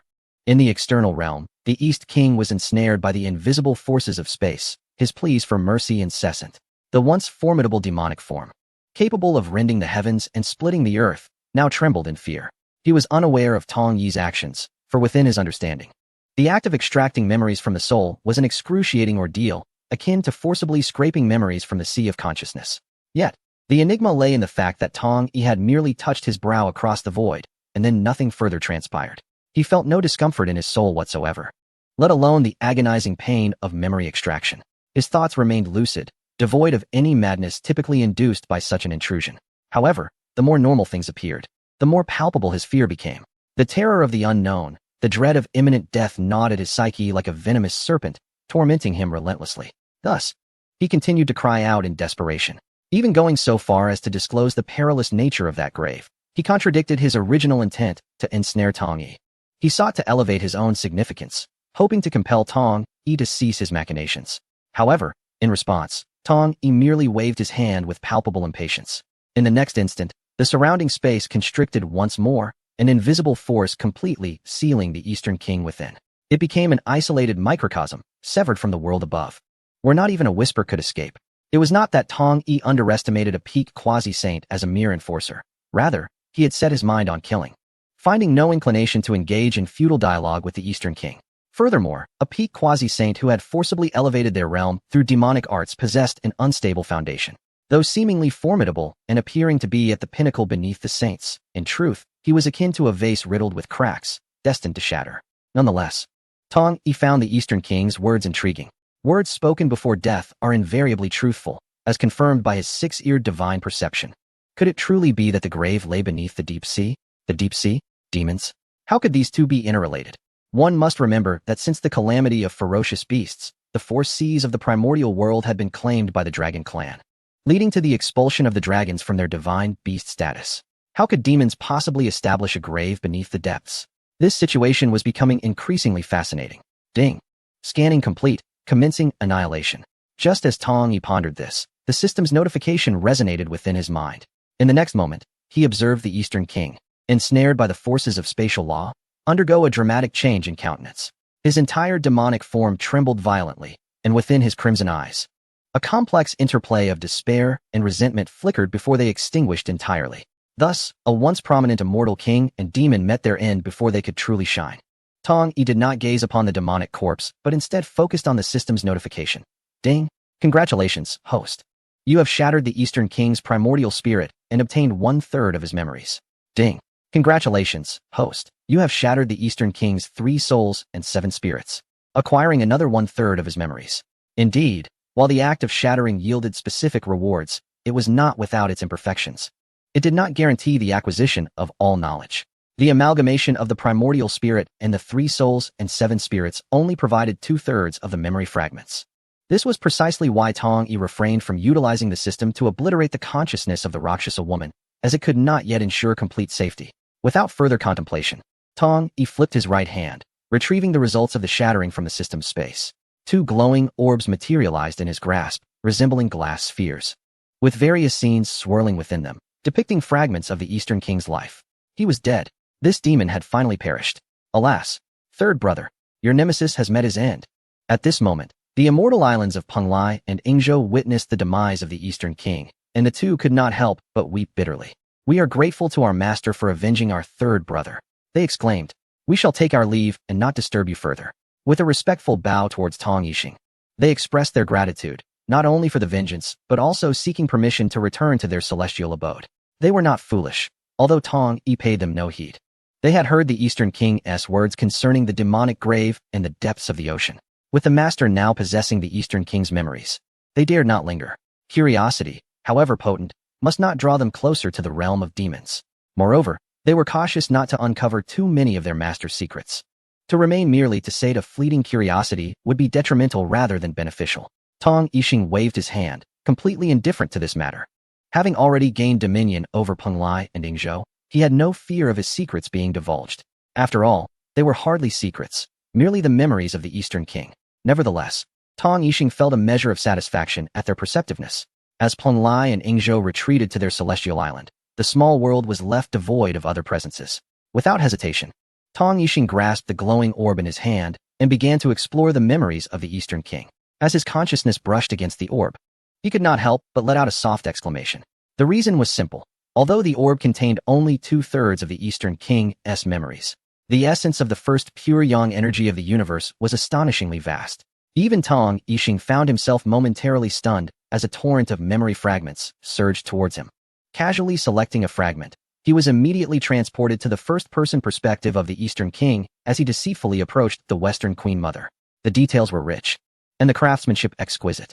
Tong Yixing understood that uncovering memories related to the demonic realm would require considerable time. Very well, he mused. I shall first address matters in the external world. With this thought, he waved his right hand, dissipating the power of the laws of time and space, and suddenly appeared in the outside world alongside the Eastern King's demonic corpse. Chapter 244. I, Emperor Jun, shall unify heaven and earth in the ruins of the southern heavenly gate. Several days had passed since the disappearance of Hunyuan and the Eastern King. Even the half of the first heaven shattered by the celestial arrows had nearly been restored under the influence of the laws of heaven. The drifting fragments of space had vanished, and the once absent pure celestial mist now enveloped the first heaven once more, restoring tranquility and harmony. Only the remnants of palatial ruins and the dismembered limbs of immortals bore witness to the ferocity of the battle that had transpired here. Despite this, the demon clans surrounding the ruins of the southern heavenly gate dared not take a single step forward. Instead, they remained remarkably obedient, standing still in place, awaiting the unfolding of events. It is not that they all wish to be obedient. Rather, Di Jun has discerned something amiss. For Tong Yi's small world embodies the essence of time and space, distinct from the more overt laws of nature. Nevertheless, this small world exists within the vast expanse of the primordial realm and must be founded upon it to be manifested. Thus, even though this realm is exceedingly concealed, imperceptible to both the naked eye and divine consciousness, Di Jun and the other formidable beings, such as Fu Shi, have still sensed an extensive space ahead, enveloped by an unseen force. Consequently, they surmise that Tong Yi and Dong Wang Gong are not departing. Instead, they reside within another small world. The fate of Dong Wang Gong lies entirely within the hands of Hunyuan. Until Dong Wang Gong meets his demise, this battle shall remain unfinished. Di Jun, naturally, dares not recklessly step into the heavenly realm. Time, the most trivial commodity in the primordial world, begins to wane in a cyclical dance of fleeting moments. Before long, several months have passed. Di Jun and Tai Yi, along with the 10 great demon marshals, continue to meditate and cultivate their spirits. However, those behind them, who have only just regained their vitality, find their restlessness mounting. What is happening? Why has His Majesty not yet commanded us to advance? How dreadfully dull. How much longer must we wait? Silence. His Majesty and the great marshals have not spoken. If you find it tedious, then practice your techniques. The heavenly realm is within our grasp. Once we step inside, it shall all belong to us. Who among us can possibly focus on cultivation at such a moment? Indeed, our wounds have healed, our demonic power restored. If we do not enter, we might as well descend to the lower realms. Many of the demon soldiers are merely subordinates of individual demon generals, suddenly gathered together as one clan. Though termed as demon soldiers, there exists scarcely an ounce of discipline among them. Each possesses low cultivation and inadequate comprehension. A few days of waiting is tolerable, but after several months, their hearts begin to stir restlessly. Although Di Jun remains with his back turned, eyes closed in meditation, he absorbs all their murmurs. He refrains from voicing any admonition, instead reflecting on the mixed quality of these demon soldiers. Despite their previous efforts, their overall caliber remains lacking. Once they seize the heavenly realm, a thorough reorganization will be imperative. He may even need to decisively expel those with insufficient comprehension and diluted bloodlines from the demon tribe. Only through such measures can the demon race continue to flourish, enabling them to contend with the witch tribe in the future and fulfill his grand vision of unifying the world. Indeed, within Di Jun's heart, the witch tribe has already been established as the greatest hypothetical adversary for the future of the demon race. Even before the invasion of the heavenly realm, he had contemplated this. This is also the rationale behind his assault on the heavenly realm. Ever since the calamity of Long Han, there has been but one dominant tribe upon the primordial earth, the witch tribe. The rapid rise of the demon race in recent years has reached a point of inciting the witch tribe's discontent. After all, though the vast expanse of the primordial land is immense, the witch clan is omnipresent across every continent. The lands abundant in resources and rich in spiritual energy have long been claimed by the witch clan. Should the demonic clan seek to expand further, it would inevitably encroach upon the territory of the witch clan, provoking the 12 ancestors of which to take decisive action against them. This elucidates the reason behind Emperor Jun's sudden venture to the heavenly realm with the demonic clan. It is not an impulsive act, but rather the result of careful contemplation. The heavenly realm comprises 33 layers, replete with resources and even more concentrated spiritual energy. The celestial court has only recently been established, possessing strength significantly inferior to that of the witch clan. For the demonic clan to thrive without being stifled in its infancy by the witch clan, it must first direct its efforts against the celestial court. Fortunately, everything is unfolding according to Emperor Jun's design, despite the unforeseen setbacks and challenges. The current circumstances indicate that his plan remains successful. The subsequent step is to draw lessons from the celestial court and to cultivate the demonic clan, transforming the heavenly realm into an impregnable fortress. With a grand gesture, he will unleash countless, even more formidable demonic soldiers upon the lower realms, to vanquish the witch clan and unify the world. When that time comes, he, Emperor Jun, shall be the first to achieve dominion over the realms and all living beings in the annals of the primordial history. A true emperor. At that moment, he envisions a world where all beings engage in the cultivation of demonic arts. He intends to establish a unified system for demonic cultivation, a standardized trading system among the demonic clan, and to dismantle the barriers between the myriad races, compelling them all to submit beneath his feet. Such an accomplishment has never been achieved since the dawn of creation. Not even the three divine beast clans, nor the savage witch clan, have succeeded. Yet, he aspires to achieve it. What does it matter if he cannot attain sainthood? With these thoughts, even the present Emperor Jun cannot help but feel an exhilarating surge of vitality, as if an inexhaustible energy courses through him. What are you still doing here? At that moment, a voice, cold and detached, echoed within Emperor Jun's mind, abruptly rousing him from his reverie of future aspirations.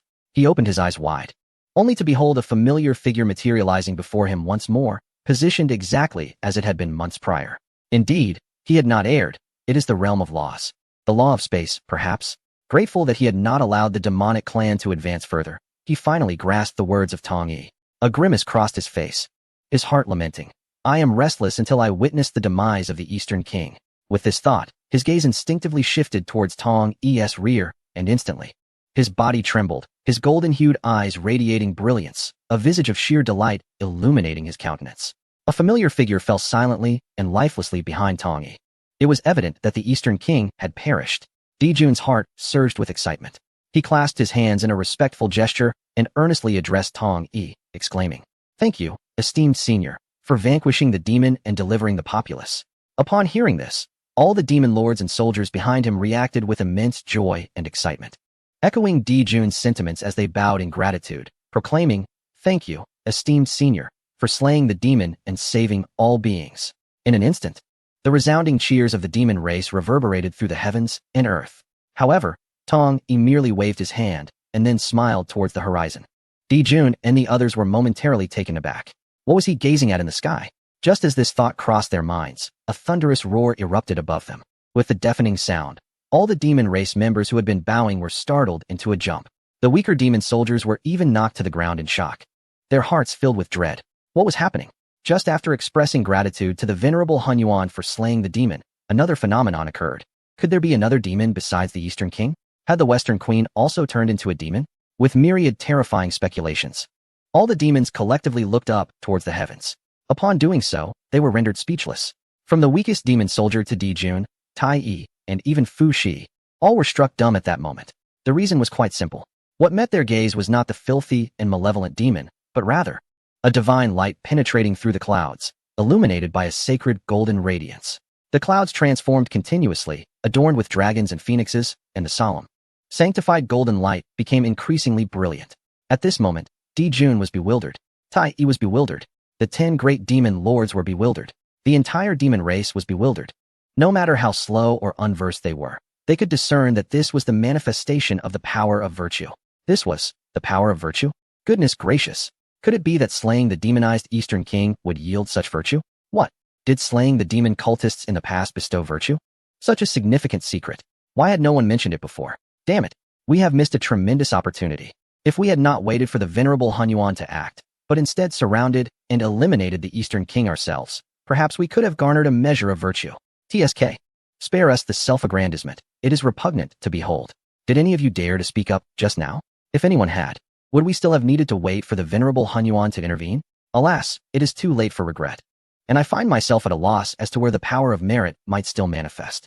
The astonishment among the demon race has rendered them utterly speechless. Even the celestial beings who have waited for months upon Mount Buzhou now gaze in disbelief, their expressions frozen in shock. Some lament the missed opportunity, wailing in despair.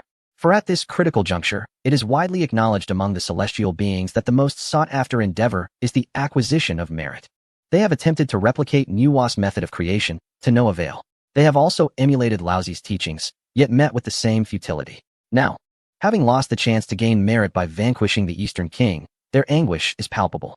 How could they not be filled with profound sorrow, regretting their failure to unite in the effort to slay the Eastern King? Yet, some among them possess the wisdom to recognize that their internal strife only serves to weaken them. Even if the opportunity were to present itself again, would they dare confront the Eastern King, a being at the pinnacle of quasi-sainthood? The answer remains uncertain and almost laughable. It dawns upon them that he was merely observing the heavenly Tao. No, his demeanor seemed to convey to the heavenly Tao that it was time for merit to descend. Damn it, that power of merit should have belonged to me.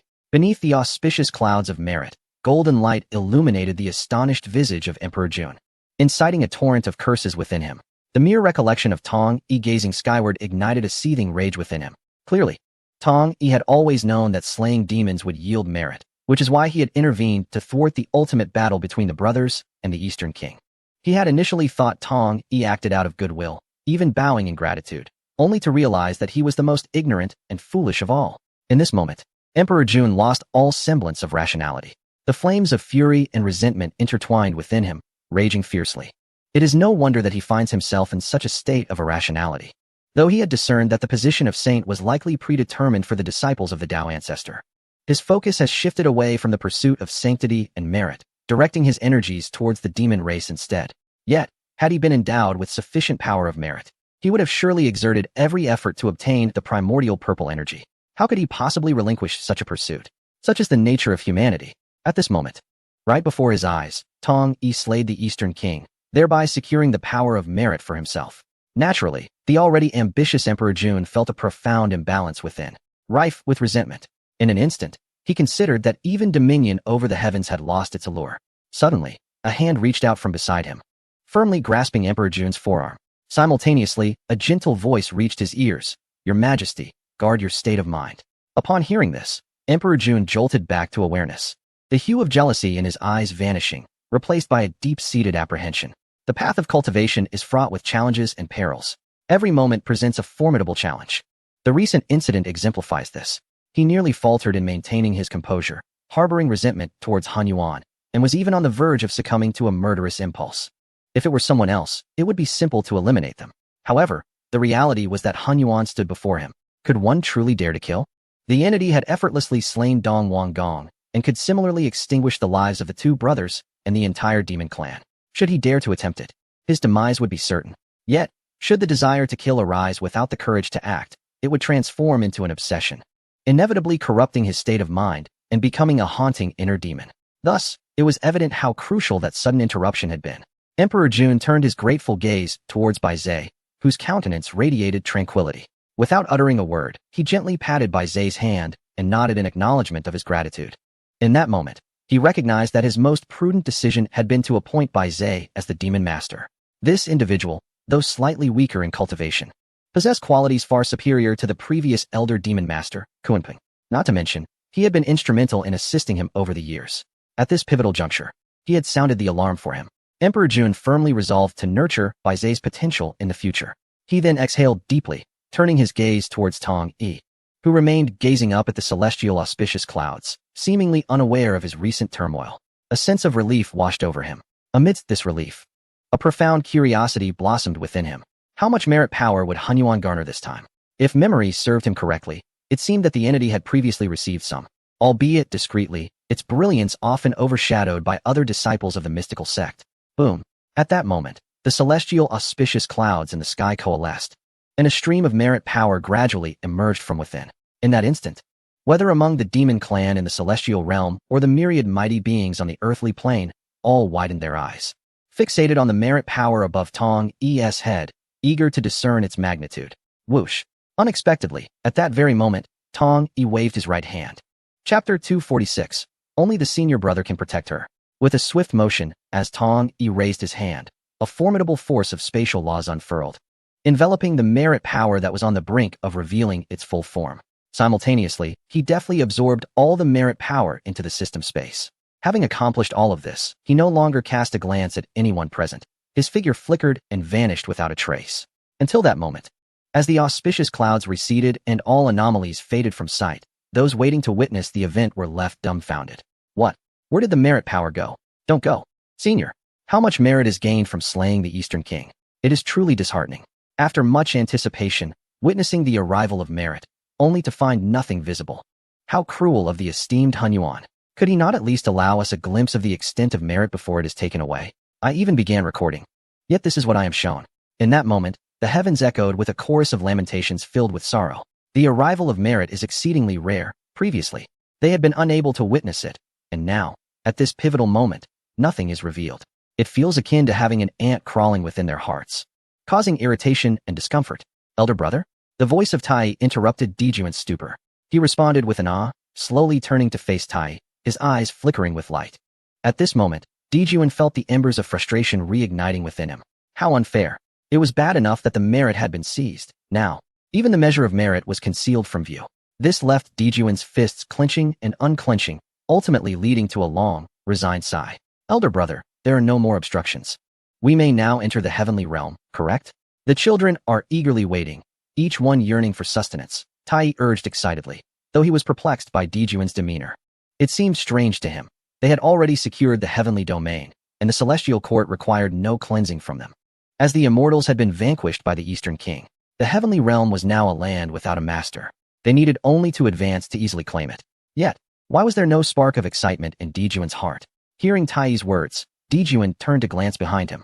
Indeed, he observed that none of the demons cared for the merit or Hun Yuan. Instead, their eyes were wide with desire and fervor as they gazed upon him. Even the 10 great demon lords shared this sentiment. A shiver coursed through Dijuan's being. Yes, they placed no value on merit, for they understood that it might elude them for a lifetime. Their focus lay on the imminent attainment of the 33 heavens. As this thought settled in, Dijuan felt a wave of confusion. Could he possibly attain the merit? What was he truly lamenting? The heavenly realm was so tantalizingly close. Why was there no thrill within him? Why was he instead fixated on that elusive merit? Had he become complacent or forgotten his original aspirations? Let us go and behold our rightful spoils, Dijuan declared, shaking off his reverie and gesturing to all the demons. With that, he transformed into a streak of light, soaring towards the first heaven. Witnessing this, all the demons erupted in jubilant cries. Charge forth. Whoever lingers too long will have their territory seized. Do not crowd behind me. There are 33 heavenly realms to explore. I shall claim the 32nd realm for myself. How dare you occupy the entire 32nd realm with your vast presence? Let us speak through our strength, shall we? Soon, before His Majesty, we shall compete. In that moment, the entire demon race erupted in joyous cheers, transforming into brilliant flashes of light and wind, surging into the first heavenly realm. They flocked towards the heavenly ladder, clearly uninterested in the first realm, all eager to ascend to the higher heavens. Alas, I truly did not foresee this outcome. The demon race has succeeded beyond expectation. I initially believed that the demon race would soon be eradicated by the witch tribe, considering how audacious these twin sons were. Yet they have invaded the heavenly realm first and emerged victorious.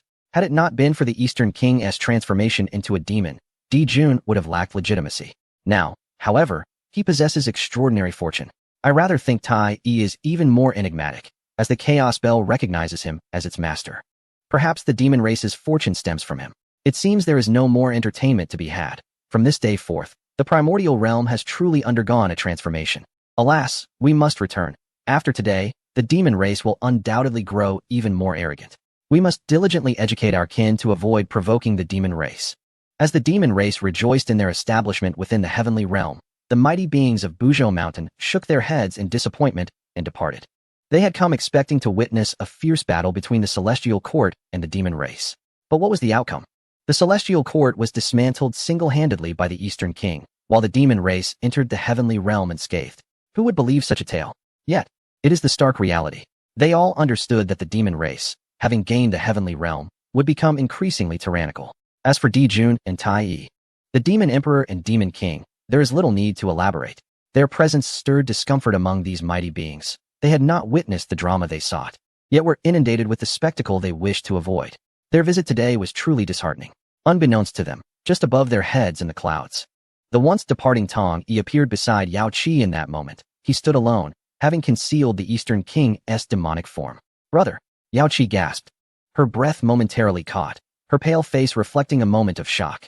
Before Tong Yi had slain the Eastern King, she had wrestled with her thoughts numerous times. Her consciousness intertwined with that of the Rakshasa woman. She believed it was her duty as the Tao ancestors' celestial child to eradicate evil. Yet, she felt that demons should not be condemned to death merely for being demons. The Eastern King, as one of the few demons in the primordial realm, deserved to live. However, before she could resolve her inner turmoil, Tong Yi had already taken the Eastern King into the small world. She desired to intervene, to plead for mercy, but was powerless to do so.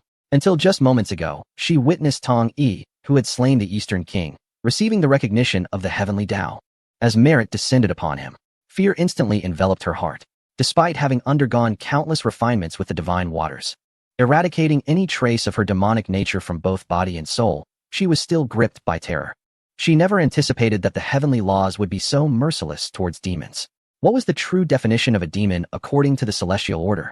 She had keenly observed the insatiable thirst for merit among those formidable beings earlier.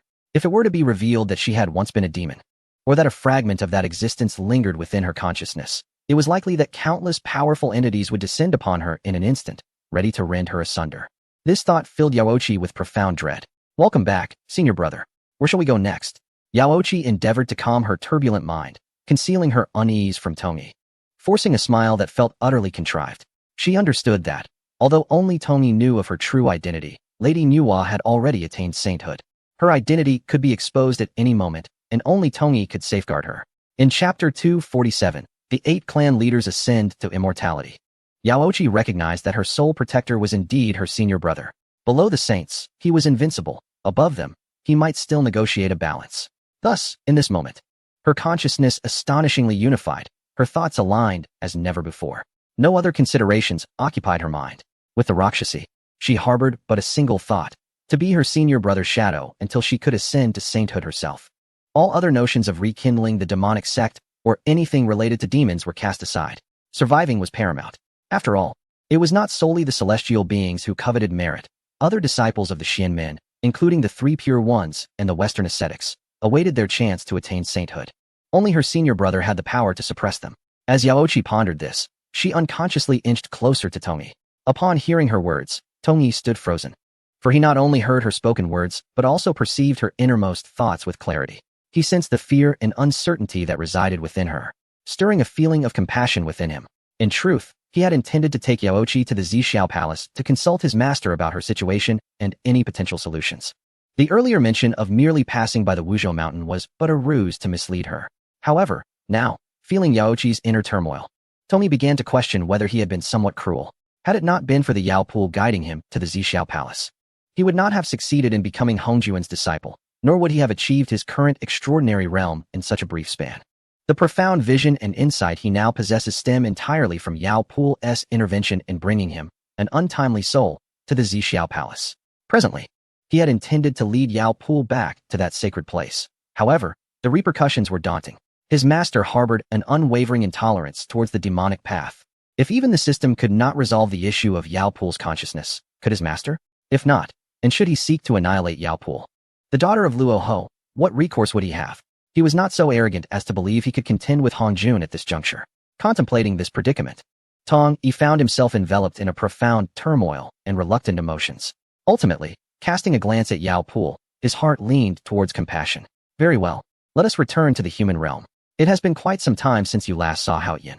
I am certain you long for him, he said gently, raising his hand to tenderly brush Yao Pool's hair, hoping to alleviate the fear within her. Resolutely, he concluded that since the system could upgrade, perhaps it would continue to do so in the future. In due time, he might find a way to shatter Yao Pool's second consciousness, the Rakshasi maiden. Alternatively, within the fragmented memories of Dong Wanggong, there might lie a means to address the Rakshasi. In summary, until he possessed the strength to rival Hongjun, it was prudent to refrain from seeking him out. Better to guard against a disaster than to be unprepared for the worst. Feeling the warmth of Tong Yi's palm, Yao Pool was moved to tears, nearly succumbing to her emotions. She was not foolish and could sense the distance her senior brother had maintained since their departure from Shumi Mountain. She understood the reason behind it. Perhaps he had perceived something, and yet they both feigned ignorance. However, in this moment, enveloped by the tenderness of Tong Yi's words, Yao Pool was certain he had returned. Unchanged. Instantly, the dread within her dissipated, replaced by a feeling akin to a gentle spring breeze, her heart light and unburdened. It seemed that as long as her senior brother was by her side, all negative emotions would retreat. Come, if Hao Yin were to see you in this state, he would surely be taken aback, Tong Yi remarked with a slight smile, playfully brushing the side of Yao Pool's nose with his fingertip. as the power of the laws surged forth, enveloping her as they soared towards the human race's Bagua city. In the eastern continent, ever since Tong Yi's departure, countless members of the human race had immersed themselves in a fervor of cultivation. With a 9-tiered golden pagoda present, a plethora of cultivation techniques awaited their selection. A remarkable ley line has emerged, infusing the exquisite spiritual energy within the Bagua city, more than sufficient for the cultivation of countless practitioners.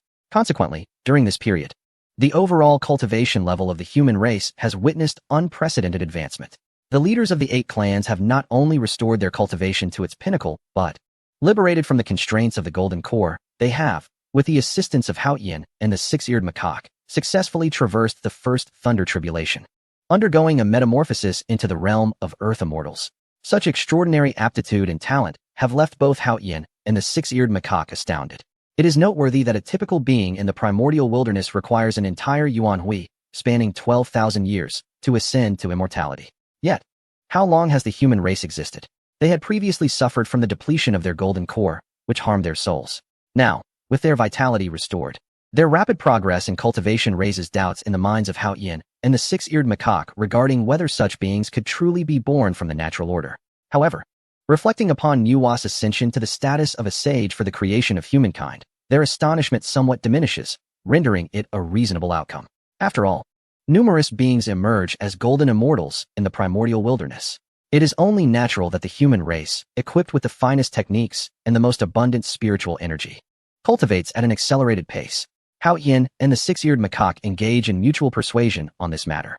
It is worth mentioning that over the years, Hao Yin has effectively assumed the position once held by the esteemed Taishang Laojun, becoming a mentor for the cultivation path of the human race. Initially, he struggled with this role, perceiving himself merely as a disciple of the Tao ancestor, unworthy of comparison to the venerable Laozi. However, as he embraced his new responsibilities, he found himself increasingly adept. His extensive familiarity with the scriptures and techniques housed within the Zixiao Palace's library, encompassing formations, artifact crafting, and alchemy, has brought great joy to all within the human race. Indeed, after receiving the recognition of the heavenly Tao and the bestowal of merit, the leaders of the 8 clans have not only shown interest in cultivation, but have also taken a keen interest in auxiliary methods. For instance, Shinnong delights in alchemy, while the Yuchao clan is captivated by formations. Even the ever-enthusiastic Swerin has successfully crafted a refining furnace with Hao Yin's assistance, eliminating the need to borrow tools from the Yuchao clan every time he wishes to forge an item. However, as the cultivation levels of the human race continue to ascend, new challenges have begun to surface. Little Master Uncle, what troubles you so? Why do you appear so dejected? Has someone offended you? Is it that little rascal Swerin? In the center of Bagua City, outside the majestic 9-story golden pagoda, Hao Yin has erected a palace at the entrance of the tower to better instruct the human race in their cultivation, residing there regularly. At this moment, having just returned from his own cultivation, the Six-Eared Macaque enters to find Hao Yin seated cross-legged, resting his chin in his hand, wearing an expression of deep concern. Unavoidably, I chuckled and inquired in chapter 248, is that rascal Swerin causing trouble again? Allow me to handle him. The Six-Eared Macaque, having transformed into human form, had shed his youthful innocence and now appeared as a young lad. As he spoke, clad in a tiger-skin skirt, he boldly entered the palace and took a seat beside Hao Yin, jovially exclaiming, "Oh, isn't this the 3rd-generation senior brother of the Xianyuan sect? What brings you back?" He continued, "Oh, that tiger skin you wear, is it from a great Luo golden immortal? It seems our monkey lord's strength has indeed advanced." Hao Yin, observing the boisterous Six-Eared Macaque next to him, was filled with exasperation as he watched him devour a spirit fruit. Unable to restrain himself, he retorted with a touch of sarcasm. On that day, when the senior brother learned of the disappearance of the Yaoqi, he had departed abruptly, leaving the human race in the care of him and the Six-Eared Macaque. Yet what was the outcome? He toiled day and night, diligently instructing the children of the human race, fearful of failing to meet his senior brother's lofty expectations. Meanwhile, the Six-Eared Macaque, claiming to seek enlightenment in the laws of battle, had dashed off to Bagua City. Initially, he would vanish for days on end, and recently, his absence extended for months. Now that he had finally returned, he wore a carefree grin. Hao Yin could hardly contain his frustration. The Six-Eared Macaque paused momentarily, having just finished a spirit peach, and looked at Hao Yin in surprise, but soon a smile graced his face. Through their prolonged interactions, he had come to understand that this little uncle was all bluster with a tender heart. Otherwise, how could he still embody the guise of a celestial child? As for the teasing remarks directed at him, the Six-Eared Macaque paid them no heed. They meant little to him. As long as it did not involve guiding the human race, Hao Yin could scold him for eternity. After all, he himself was still but a child. Guidance of the human race? His master had not instructed him in ages. Oh, little uncle, why harbor such grievances? This mindset could hinder your tranquility and impede your cultivation. The six-eared macaque remarked, casually tossing aside the peach pit. After wiping his mouth, he tugged at his tiger-skin skirt and chuckled. Oh, you mean that? It's merely a small tiger in the early stages of the Great Luo. I've given him 3 chances, and if he still wishes to devour me, I shall have no choice but to skin him and feast on him. Stop. Seeing the six-eared macaque becoming increasingly boastful, Hao Yin could no longer bear it and interrupted. If you have nothing else to do, go outside and instruct the human race. Do not bother me. I have serious matters to attend to. Upon hearing that he was to teach the human race, the six-eared macaque jolted and ingratiatingly replied, Oh no, uncle, whatever troubles you face, just share them. Perhaps your nephew can assist you. Pondering alone yields little, but my mind is quite sharp. Although aware that the six-eared macaque's primary motivation was his own laziness and reluctance to teach, Hao Yin still found some merit in his words. The lad with 6 ears. I have witnessed his growth firsthand. When we first met at the Zixiao Palace, what was his cultivation? Yet, in such a brief span of time, he has already attained the ability to slay those at the early stages of the Great Luo. It won't be long before he potentially catches up to me. As the disciple of the senior brother, he certainly has not brought shame upon his master. As for his intellect, it is indeed quite sharp. With a sigh, Hao Yin reflected on this. Despite his youthful appearance resembling that of an immortal child, he bore an air of wisdom as he confided his worries to the six-eared one. What do you think of the talents of the human race? How do they compare to the myriad races outside? Upon hearing this, the playful smile vanished from Six-Ear's face, replaced by a growing seriousness.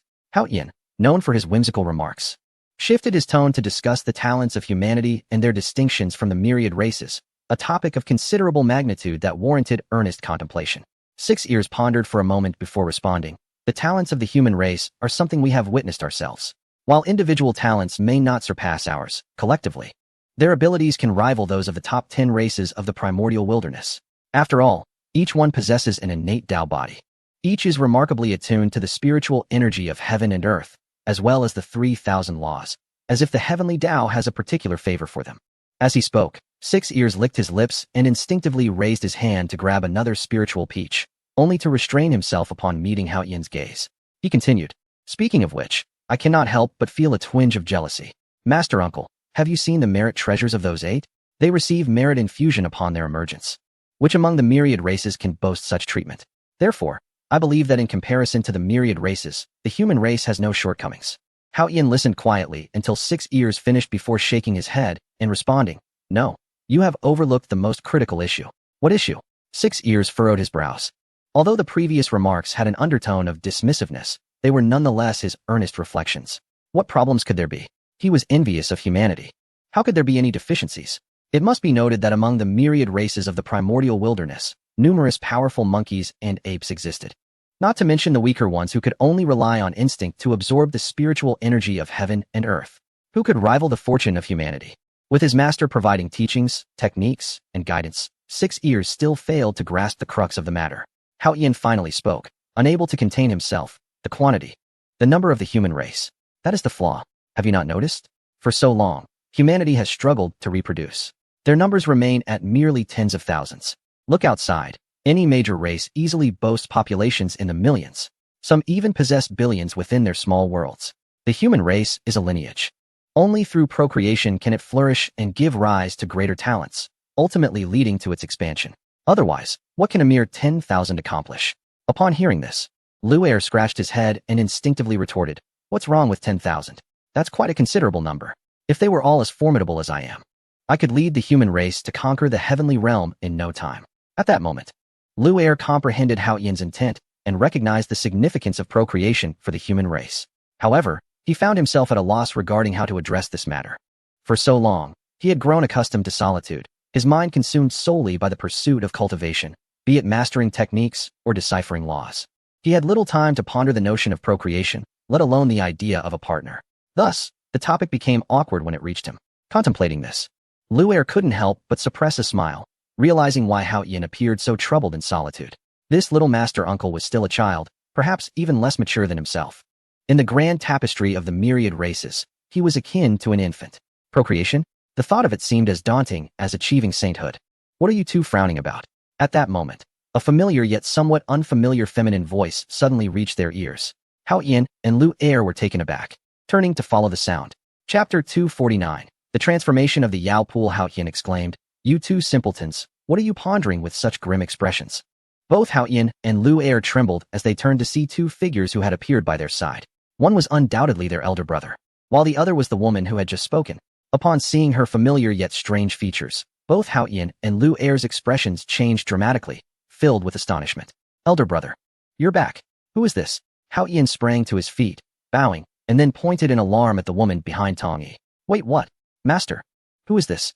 Lu Er, shocked, leaped behind a chair, stammering as he pointed at the woman, unable to articulate his thoughts clearly. Seeing their astonished reactions, Tong Yi and Yao Qi, who had just returned from Mount Buzhou to the human realm, exchanged knowing glances, both revealing triumphant smiles. Although they had anticipated the shock that would arise upon the duo witnessing Yao Qi's transformation, they had not expected such a profound reaction.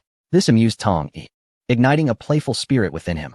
Choosing not to respond to the two youngsters, he took a seat at the head of the table and began to nibble on a spirit peach, his demeanor not much better than Lu Er's.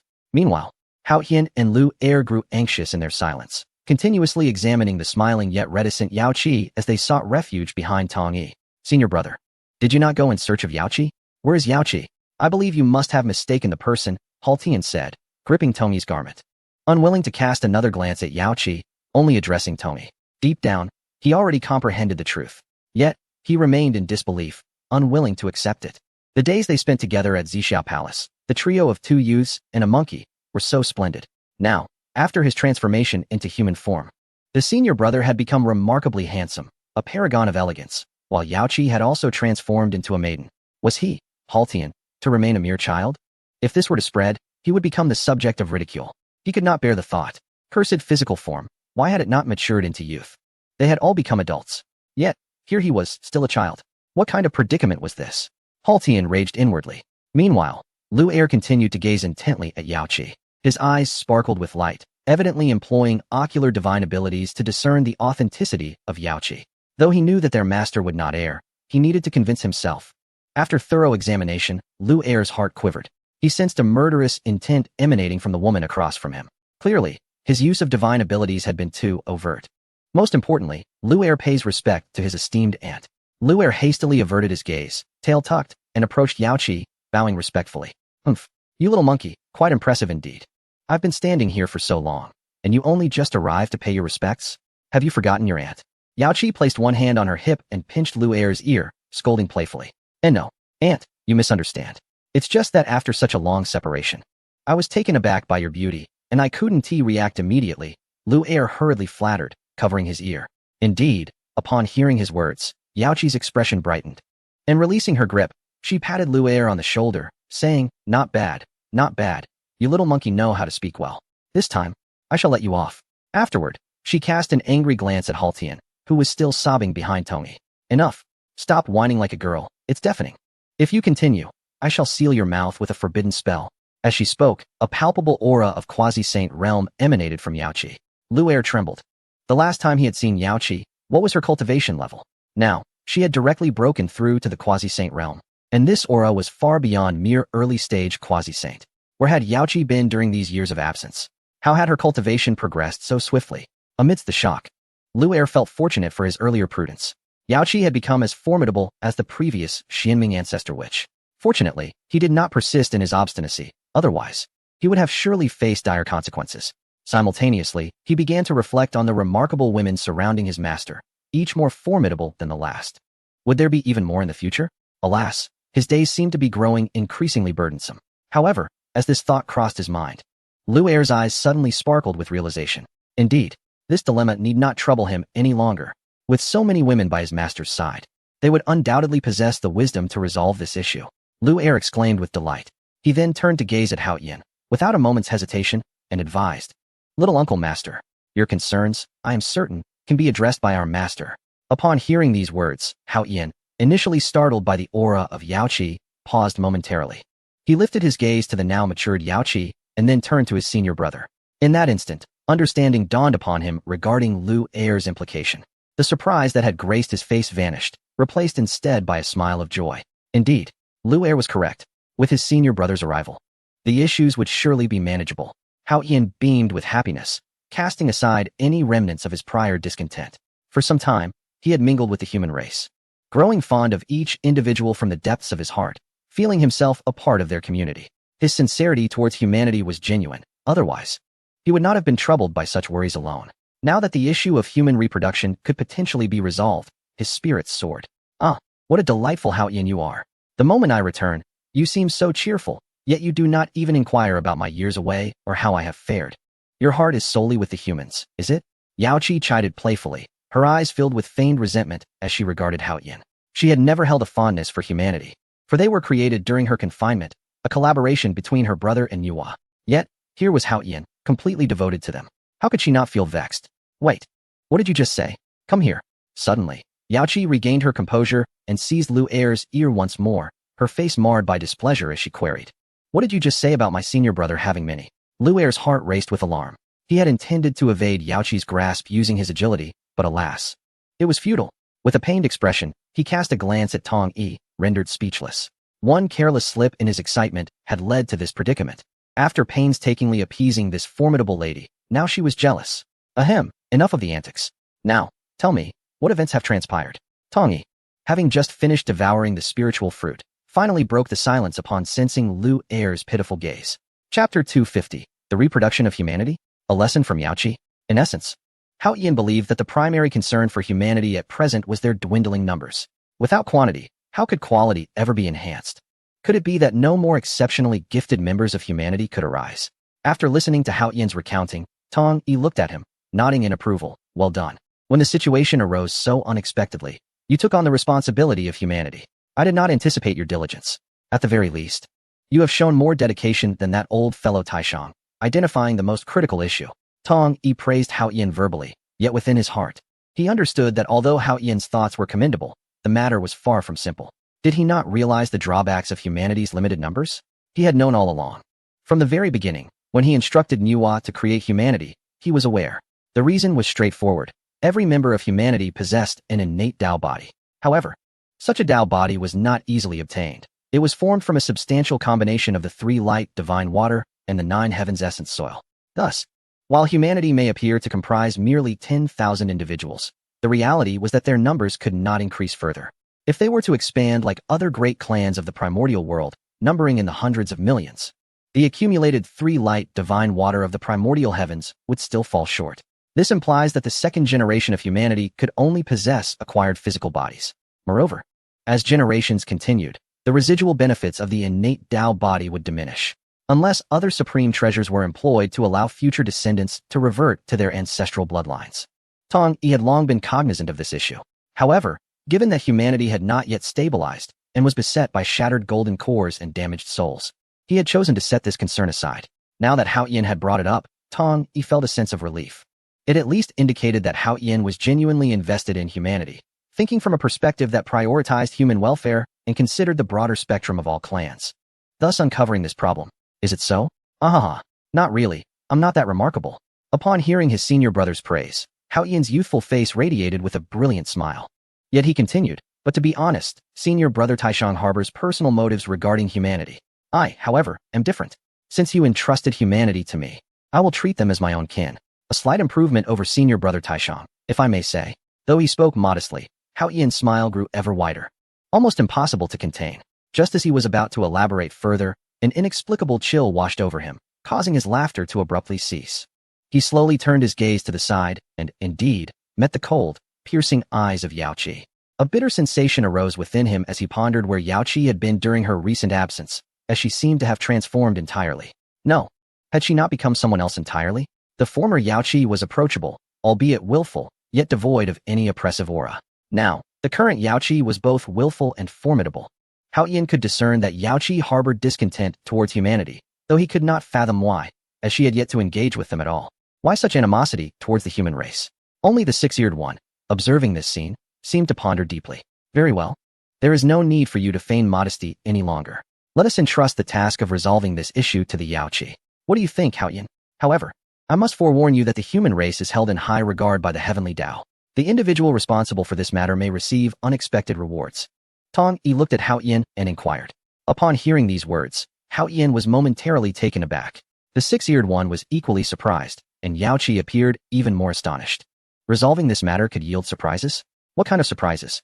Hao Yin and the six-eared one wholeheartedly believed Tong Yi's words.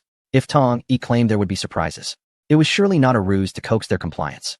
Coupled with the myriad extraordinary events surrounding the human race, such as Nuwa, the creator of humanity, attaining sainthood, and Laozi, who imparted teachings to humanity, also achieving merit, it was conceivable that had he not inadvertently meddled with the golden elixir scripture, he too might have become a saint. Furthermore, each of the 8 clan leaders of the human race possessed a treasure of merit. In light of the improbable occurrences among the myriad races, it was commonplace among humans. At that moment, Hao Yin and the six-eared one were genuinely convinced and truly moved. Reflecting on this, they exchanged glances, each perceiving the sorrow mirrored in the other's eyes.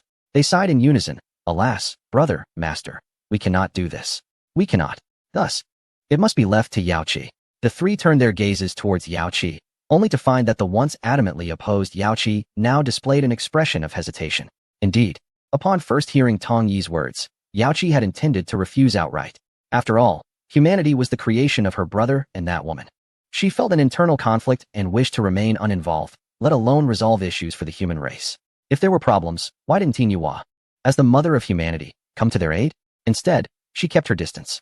Why should she be compelled to assist? Hence, Yao Qi initially felt quite indignant, believing her brother was intentionally placing obstacles in her path.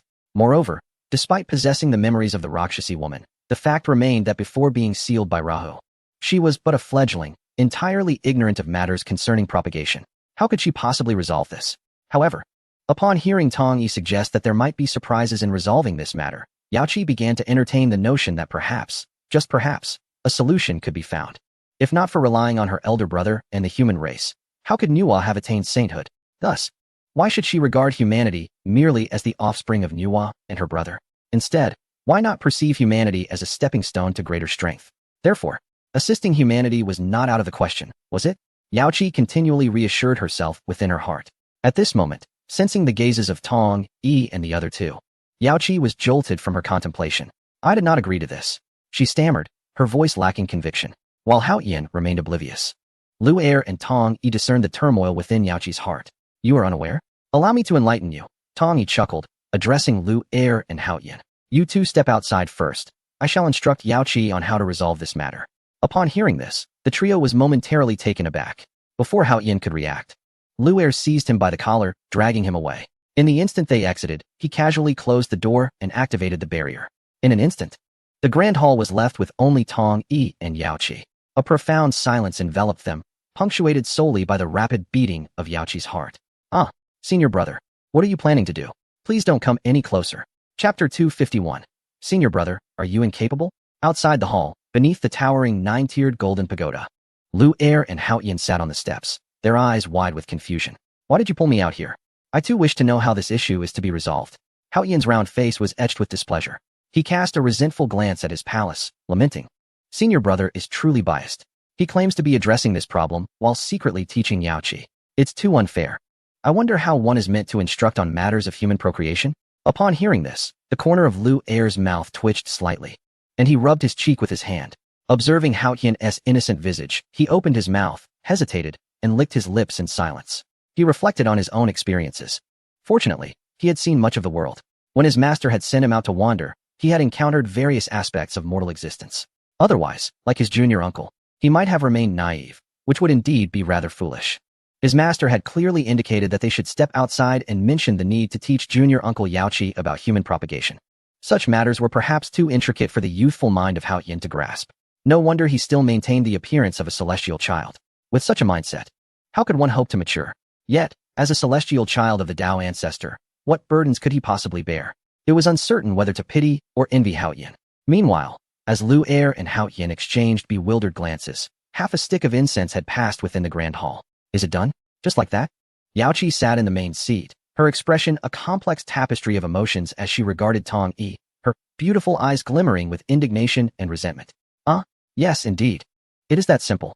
The desire for human propagation should never be taken lightly. After all, if there is mutual disdain, forcing a union may only yield adverse results. Thus, the establishment of both a dual platform and a matrimonial stage is warranted. For those truly in love, devoid of any third party. They may ascend directly to the matrimonial stage. Conversely, should two individuals vie for one partner, they shall engage upon the dual platform, where the victor prevails. Isn't that a splendid solution? Tong Yi, savoring a spirit peach, spoke languidly, imparting wisdom on how Yaoqi should facilitate the first matrimonial pairing among humanity. Indeed, the matter of procreation is not as complex as it seems. Through the union of yin and yang, humanity will naturally bear offspring. The crux of the matter lies in fostering such unions among humans. These are all innate beings, each harboring lofty ambitions.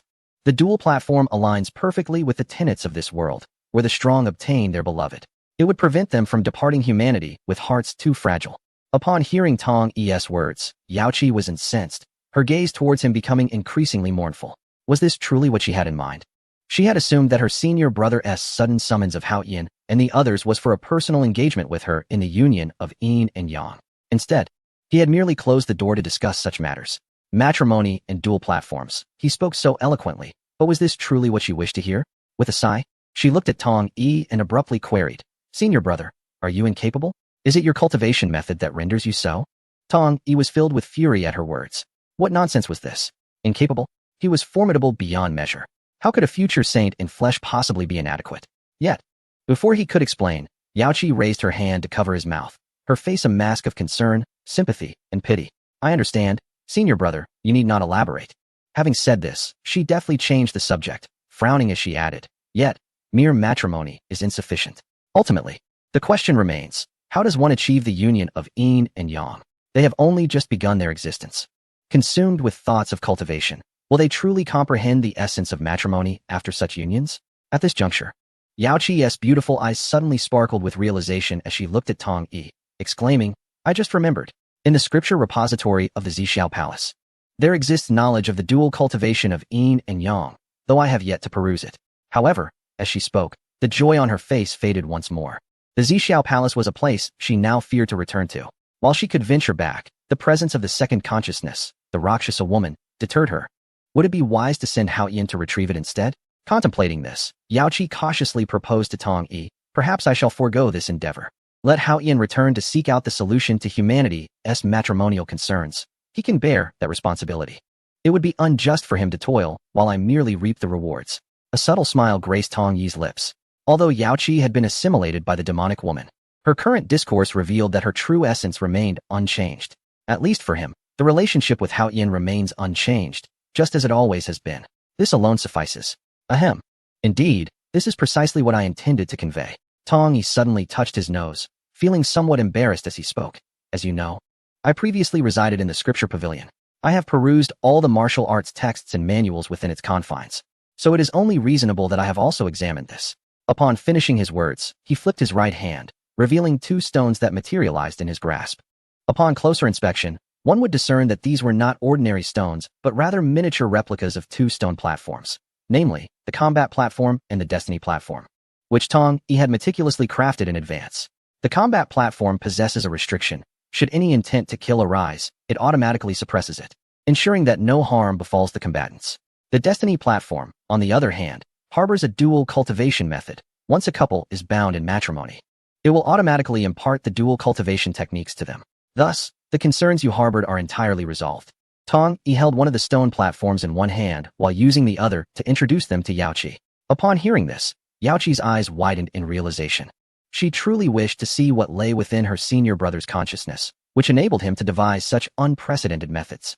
The way he adeptly employed artifact crafting, formations, and martial techniques is unparalleled, and only he could achieve such mastery. If that is the case, then indeed, there are no issues at all. We can promptly prepare for the marriage arrangements for the human race. Thank you, senior brother. As admiration filled her heart, a smile adorned Yaoqi's face. She snatched the two stone platforms from Tong Yi's hands, then turned and waved her hand, using her magical power to push open the palace doors. Raising her voice, she called out towards the outside of the hall. "Hao Yin, little monkey, hurry and come in. We need your assistance." After a brief moment of silence outside the hall, the hesitant and fearful voice of Lu Er could be heard. "Master Uncle, we won't be coming in. We can't be of any help with this sort of matter. You all carry on." Upon hearing this, Yaoqi's face flushed crimson, and she turned to glare fiercely at Tong Yi. "Senior brother, this is all your fault. Look at what kind of disciple you have raised, with such errant thoughts." Tong Yi was taken aback by her words. Why am I to blame? What did I do? I haven't said anything at all. Clearly, it is your lot that harbors impure thoughts. Ah, enough of this nonsense. Come inside. With that thought, Tong Yi irritatedly shouted towards the outside of the hall. After another brief pause, two small heads cautiously peeked in from either side of the door. Both were covering their eyes, yet their fingers were not fully closed, allowing them to sneak a glimpse through the gaps, carefully observing the interior. Chapter 252, The Combat Platform and the Destiny Platform. Huh, what is happening? Nothing has occurred at all. Where's the baby? The little monkey. Did you not claim to have witnessed it? Hao Yin shielded his eyes, gazing upon the great hall, which appeared unchanged from before. The senior brother and Yao Qi remained as usual. Unable to contain his confusion, he lowered his hands and turned to Lu'er beside him. Lu'er, upon hearing this, was equally perplexed.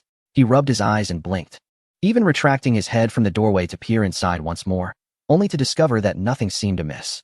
The attire of his senior brother and master Yao Qi was impeccably tidy, leaving him scratching his head in bewilderment. I truly do not understand. When I traversed the vast wilderness earlier, it was quite different. Or perhaps, did Master complete everything at an astonishing speed? While Lu'er continued to mutter to himself, he suddenly felt a gust of wind from behind, too late to evade the impending strike that left him stunned. Master, I acknowledge my mistake, he cried out in pain, clutching his head. Although he was uncertain of his transgression, he knew that each time Master punished him, all he had to do was admit fault. Come in. Tong Yi, still seated in the main seat, retracted his hand and spoke with irritation. It was not that he lacked grace. Rather, he was taken aback by the audacity of the little monkey's words. Moreover, it was evident that this little monkey had indulged in numerous clandestine activities during his wanderings in the wilderness. While his curiosity was understandable, given his youthful age and the whims of adolescence, such reckless chatter was unacceptable. Furthermore, how could one assume that a dual cultivation would inevitably lead to offspring? Even if it were true, it could not occur so swiftly. It was perplexing that he, lacking understanding, would lead Hao Yin astray. Only a child like Hao Yin would believe such notions without question. At that moment, Hao Yin and Lu'er slowly returned to the hall, shuffling awkwardly towards Tong Yi and Yao Qi. The atmosphere grew tense. To their astonishment, the previously fierce Yao Qi now fell silent, her face slightly flushed, hands clutching the edges of her garment, and her gaze fixed upon the floor, as if a great treasure were about to emerge from it. Witnessing this scene, Hao Yin and Lu'er exchanged glances, their hearts sinking. Something unusual was afoot. Had Yao Qi reprimanded them outright, they might have felt a sense of reassurance. However, her silence was far more intimidating. To them, the quiet Yao Qi resembled a lurking demon, instilling fear. Therefore, after a mutual exchange of glances, they swallowed hard and lowered their heads. The hall fell silent once more. This scene left Tong Yi momentarily speechless. Understanding their thoughts, he couldn't help but chuckle. It was clear these two youngsters had misconstrued the situation, believing Yao Qi to be angry. In reality, they were simply too naive, completely bewildered by women. He pondered whether this was anger or merely shyness. Unable to contain himself, he broke the silence, exclaiming, "Isn't that so? Have you all gone mute?" After speaking, Tong Yi turned to Yak, asking, "And you, did you not request their assistance? Speak to them." With his words, the peculiar and inexplicable atmosphere was finally dispelled. Yak succinctly articulated her needs, leaving Hao Yin and Lu'er in a state of confusion. Her requests were not overly complicated. In fact, they were as easy as pie. Is that it? Then why were you silent just now? We all thought you were angry. Curiosity was etched across Hao Yin's round face. It's best not to pry into matters of the celestial maidens, Tong Yi remarked, noticing Yak's face redden like a baboon's behind. Swiftly steering the conversation away, he then urged the two, "Hurry, go summon all the human children. I also wish to see how their cultivation has progressed over the years, whether they have become complacent." Upon hearing his words, Hao Yin responded with an "oh," his thoughts instantly captivated by the mention of the human race. "Right. I haven't informed them that our senior brother has returned. He has been speaking of them quite frequently. If they knew he was back, they would undoubtedly flock here." With a smile, Hao Yin turned to leave, but just as he was about to exit the grand hall, Tong Yi called him back. Hao Yin turned, puzzled, as Tong Yi cautioned. "Cultivation is of utmost importance. If anyone is in seclusion, do not disturb them. We shall wait until they have all finished before addressing them. We cannot interrupt their opportunity for breakthroughs because of us." Surprised by Tong Yi's words, Hao Yin paused briefly before obediently replying, "Understood, senior brother." With that, he eagerly dashed out. Lu'er, seeing this, wasted no time and followed suit. Once again, the grand hall was left with only Yak, who at that moment was no longer bashful but lost in thought. The recent scene of Tong Yi repeatedly advising Hao Yin made her acutely aware of the elder brother's profound kindness and consideration towards the human race. It was as if he truly embodied the role of a father, rather than merely a creator of playthings or tools for enlightenment.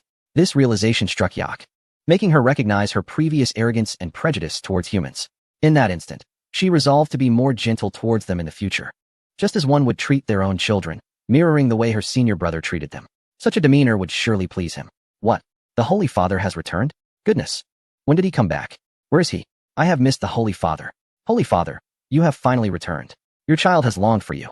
Alas, I was on the brink of transcending from the pinnacle of earth immortal to the realm of celestial immortal.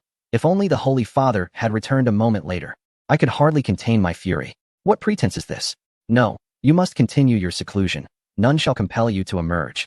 As the news of Tong Yi's return to Bagua City spread, a wave of astonishment swept through the entire city in an instant. Each member of the human race was aglow with joy and nostalgia, their faces alight with elation. The air was soon filled with an array of jubilant exclamations.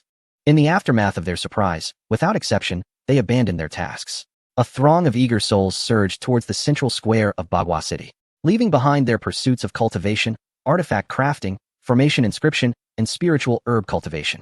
They converged upon the grand palace in the heart of the city. Only a handful of individuals remained in seclusion, and Hao Yin had chosen not to inform them, even placing additional wards around their dwellings to muffle any disturbances. Before long, thousands of human beings gathered outside the grand hall. Interestingly, at that moment, they refrained from the earlier exuberant cheers. Instead, they stood in neat rows in the plaza, their faces flushed with excitement, yet exhibiting remarkable restraint, craning their necks to gaze into the hall. Such is the love a child holds for their father. For a father is often stern, instilling in the child both affection and an unbidden reverence. In this instance, thousands of humans embodied this sentiment. Time in the primordial realm is of little value, but for those races that have endured for countless years, it is a different story. For the newly emerged postnatal race, every moment is exceedingly precious. During Tong Yi's absence, the time felt fleeting to him and Hao Yin. Yet for the 999 human beings, it stretched on interminably. Thus, as they stood in silence, their hearts brimmed with an unquenchable longing, resonating with an overwhelming intensity. Are all present? Just as the crowd awaited with bated breath, two figures soared from the grand hall, landing gracefully atop the elevated platform in the square. Initially, the sight of a man and a woman sent a jolt of excitement through the crowd. They believed their Holy Mother had returned. However, upon discerning the features of the celestial maiden from Yaoqi, realization dawned. They were mistaken. Though tinged with a hint of regret and curiosity, these fleeting emotions were swiftly washed away by the overwhelming joy of witnessing the Holy Father. Holy Father, you have truly returned. We have missed you dearly. They exclaimed in unison, without a trace of hesitation, as they bowed in reverence under the guidance of several clan leaders, prostrating themselves and calling out in unison. Indeed, you all remain as steadfastly traditional as ever. I find myself somewhat regretting having initially taught you all. Tong Yi, with a resigned smile, waved his right hand, simultaneously lifting thousands of individuals with an invisible force. Instantly, his expression turned serious as he addressed the human race with gravity. Stand straight. From this day forth, the human race shall not kneel. Do you comprehend? The multitude of humans, taken aback at first, quickly nodded in unison, responding, we understand. Each one was remarkably obedient. Observing this scene from behind Tong Yi, Yaoqi remained silent, her demeanor calm as she surveyed these humans. It was her first encounter with the human race, and she could not help but feel a sense of astonishment. The term human race had previously eluded her understanding, but now, clarity dawned upon her. As she carefully sensed their essence, she realized that these humans were not merely similar in appearance to the innate human form. Their internal blood and veins mirrored those of the innate human as well. This revelation left her deeply astonished. The human form is the most suitable vessel for cultivation in the primordial world, as it was Pangu, the creator of heaven and earth, who embodied this shape. Among the myriad beings in the cosmos, each must attain enlightenment and endure the heavenly tribulations before transforming into human form. Yet, these humans before her were born in human shape. This piqued Yaoqi's curiosity. How did Nuwa and her elder brother create this human race? Was such a fabrication truly possible? No wonder Nuwa could garner immense merit from this. No wonder Laozi, through his teachings to the human race, could establish a doctrine and receive merit in return. Such a race bears no distinction from the natural evolution of the heavenly path. However, upon closer inspection, Yaoqi discerned a unique trait among them, their frailty. They were astonishingly weak. It seemed that while other races required cultivation to attain human form, these humans inverted the process, first becoming human, then cultivating. At this moment, myriad thoughts swirled in Yaoqi's mind. igniting her interest in the human race. Moreover, she was no longer the same Yao Qi as before. When these humans first beheld her, their eyes sparkled momentarily, only to dim just as swiftly. Though subtle, she perceived it all. It was clear to her that their reaction stemmed not from anything else but their mistaken belief that she was Nuwa. This realization stirred a sense of indignation within Yao Qi. She mused inwardly. Nuwa has long abandoned you, establishing the demon race and her teachings, having already opened a sanctuary in the chaos. What good does your lingering hope for her serve? She does not concern herself with you. In the end, it is this fool beside me who truly cares. Why stand so far away? Come closer. Amidst the tumult of emotions swirling within Yao Qi's heart, Tong Yi's voice suddenly resonated, interrupting her myriad thoughts. She lifted her gaze slightly, only to find that thousands of human beings were simultaneously observing her. Each pair of eyes reflected both curiosity and respect, leaving Yao Qi momentarily stunned. She realized that her elder brother was introducing her to the humans. Yet, inexplicably, despite having attained great power and possessing two consciousnesses, she felt a sudden surge of nervousness under the scrutiny of so many. Sensing her agitation, Tong Yi smiled warmly, took her hand, and guided her before the crowd. Before Yao Qi could fully comprehend the situation, Tong Yi spoke aloud. This is my father's junior sister. At that moment, a gasp arose from the crowd. I know. This is Master Yao Qi, isn't it? I often hear Master Haoyan discussing her with Brother Luer. Tong Yi looked over and couldn't help but smile indulgently. Swearin, you little rascal. As mischievous as ever. Indeed, the one who had spoken was Swearin, one of the 8 clan leaders. However, after his declaration, he immediately covered his mouth and lowered his head, clearly realizing he had interrupted the patriarch's introduction, filled with a sudden apprehension. Tong Yi, however, was not one to hold a grudge. He continued to introduce her to the crowd, but Swearin is not mistaken. She is indeed your master Yao Qi. Upon saying this, he gently poked Yao Qi's arm. Only then did Yao Qi regain her composure and softly address the gathering. Hello everyone, I am Yao Qi, your master. Greetings, master. Master, you are so beautiful. Swearin clan pays respects to you. Swearin was the first to react, bowing respectfully to Yao Qi, anxious that his earlier interruption might displease her. After speaking, he turned to the Swearin clan members behind him and urged, what are you all waiting for? Quickly pay your respects to the master. In an instant, the entire assembly of humans was left speechless. Were they unable to react? It was clear that every time they were about to bow, this rascal had interrupted them. The next moment, they all bowed in unison towards Yao Qi, exclaiming, we pay our respects to Master Yao Qi. No need for such formalities, Yao Qi replied with a radiant smile. Amused by Swearin's mischievous nature, her earlier tension dissipating entirely, Tong Yi whispered beside her, this Swearin has been a rascal since childhood, much like Luer. You'll have to be diligent in dealing with him. Indeed, just like you, Yao Qi silently mused, yet outwardly responded with a demure nod. All right, elder brother. Oh, you little girl. Tong Yi was momentarily taken aback by her inner thoughts, but felt a sense of helplessness. He could only address the crowd. Esteemed Yao Qi master, I have come to impart a lesson to you, so allow her to speak. With that, he took 3 steps back. Chapter 253.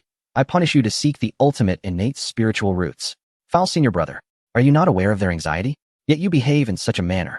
Yao Qi was entirely unaware that Tong Yi could hear her innermost thoughts, which prompted her to scold him silently. Imparting knowledge to us? Thank you, Yao Qi master. This is splendid. Another master has come to guide us. Indeed, while Haoyan master is earnest, his youthful appearance makes it difficult for us to disturb him constantly. And 6-Ear is even less reliable, perpetually elusive. He promised to teach me a body technique last time, but vanished. Precisely. Having a celestial being like Yao Qi master to instruct us is truly marvelous. I wonder if she will also teach us the art of weaving? Upon hearing Tong Yi's words, the multitude of mortals began to murmur among themselves, their faces alight with a thirst for knowledge as they gazed at Yao Qi with sparkling eyes. As they had remarked, although Haoyan was learned, his appearance was quite misleading. The human race now resembled adults, and they found it difficult to adapt to the perpetually youthful visage of Haoyan, who appeared somewhat adorably naive. They were, in truth, reluctant to disturb him. As for 6-Ear, he was even more troublesome than Swearin, utterly untraceable, and notoriously forgetful, promising guidance one moment only to forget it the next. Thus, when Yao Qi made her entrance, the hearts of the mortals swelled with immense joy. They perceived Yao Qi as undoubtedly powerful, and most importantly, she was a woman. Previously, their instructors had either been the ancient and cantankerous Taishang or the youthful Haoyan. The appearance of Yao Qi felt like a beacon of hope. Moreover, there were unspoken sentiments lingering in their hearts. They yearned for the Holy Mother. Despite not knowing why she had not returned to the human realm, They were considerate enough not to question Tong Yi or Hao Yin about her absence, burying their regrets within. Now, upon seeing Yao Qi, even without the Holy Mother, they felt a semblance of solace for the maternal love they had missed. Little did they realize that every word spoken and every thought harbored in their hearts was clearly heard by Tong Yi. A wave of melancholy washed over him, for he was uncertain of Nua's intentions. After achieving sanctification, why had she not returned to humanity? Why had she aided Dijuan in establishing the demon race and its teachings?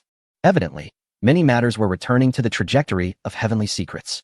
Even though he, as an anomaly, had altered many things, an invisible hand continued to manipulate everything. Let all matters unfold along their destined trajectory. Thus, it is improbable for him to actively seek out Nua. It is all your fault, you rascal. The dejected Tong Yi cast a glance at the distant Lu Er, who was concealed behind the towering ninefold golden pagoda, watching the spectacle with Hao Yin. Lu Er felt a shiver run through him. Suddenly, Tong Yi's voice resonated in his ears. Master, I acknowledge my mistake. I shall no longer indulge in frivolities.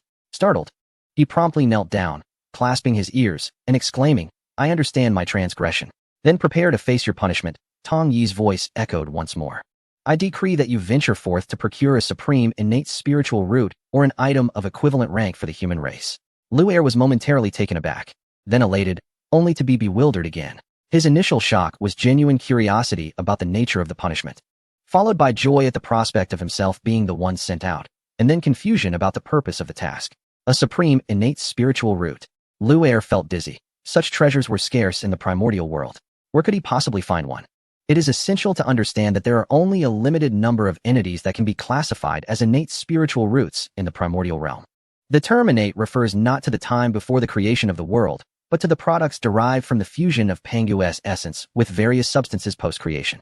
To be precise, for instance, Dong Wang Gong represents the first breath of pure yang, a product of the innate realm. Similarly, Hong Yun, the ancestral figure, is the first manifestation of a red cloud, also an innate creation. The Hongmeng Shi, born of the fusion of primordial energy and the power of virtue, is likewise an innate artifact. However, the distinction lies in the fact that entities like Dong Wang Gong and Hong Yun attain spiritual awareness much earlier, evolving into sentient beings through cultivation. In contrast, those devoid of such awareness, solely relying on the absorption of celestial spiritual energy, are merely categorized as treasures of heaven and earth. Artifacts like the Hongmeng Shi, which develop intelligence at a sluggish pace, remain unrefined at the moment of their emergence and are thus classified merely as treasures. The concept of spiritual roots is inherently diverse. They are, as the name suggests, spiritual flora. Each type possesses the ability to grow and can mutate according to the soil in which it is planted. For instance, the innate gourd vine is indeed a spiritual root, yet its gourds are treasures of the highest order. Such entities cannot be deemed ordinary innate spiritual roots. They are classified as supreme spiritual roots. Hence, it is evident how elusive and challenging it is to procure a supreme innate spiritual root. It is not merely a matter of desire. It heavily relies on fortuitous circumstances. Consequently, upon hearing Tong Yi's decree of punishment, venturing out to seek a supreme innate spiritual root, Lu Er's demeanor became quite uncharacteristic. He inwardly grumbled, Master, do you truly comprehend the situation? Is there any common knowledge in your understanding? Can such things be acquired at will? How long has it been since the world was formed? Are there still supreme innate spiritual roots yet to be discovered in the cosmos? However, he refrained from voicing these thoughts, realizing that unless he attempted to seek, how would he know? Regardless of the circumstances, the possibility of venturing out remains. Perhaps fate would allow him to cross paths with the elusive one, even if we were to entertain the most remote of scenarios where he truly cannot be found. Could we not seek out the renowned innate spiritual roots that still exist? It is said that within the 5 palaces, there lies a singular innate spiritual root known as the ginseng fruit. Should he truly be unreachable, a clandestine visit to procure it for humanity would suffice. As myriad thoughts raced through Lu Er's mind, a smile gradually illuminated his face. Rest assured, Master, I accept my punishment. This time, I shall surely procure innate spiritual roots for my numerous younger siblings.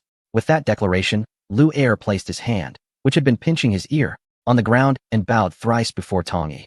Subsequently, he exchanged playful glances with Hao Yin, revealing a proud grin, as a tempestuous wind enveloped him. In an instant, he soared into the heavens, disappearing from Hao Yin's astonished gaze. Oh, how I yearned to explore. Hao Yin's youthful and innocent visage brimmed with longing. In the past, he had been a true recluse, wholly immersed in the study of scriptures and the exploration of auxiliary paths. Yet, He had observed the remarkable progress and transformations of Yao Qi and the little monkey upon their returns from their outings. The heart of this once solitary youth began to stir with an insatiable desire for adventure. With this thought, he turned his gaze toward Tong Yi, though he remained silent. His eyes sparkled with hope. Upon witnessing Lu Er's ascent, Tong Yi was momentarily taken aback by Hao Yan's gaze before a smile blossomed on his face.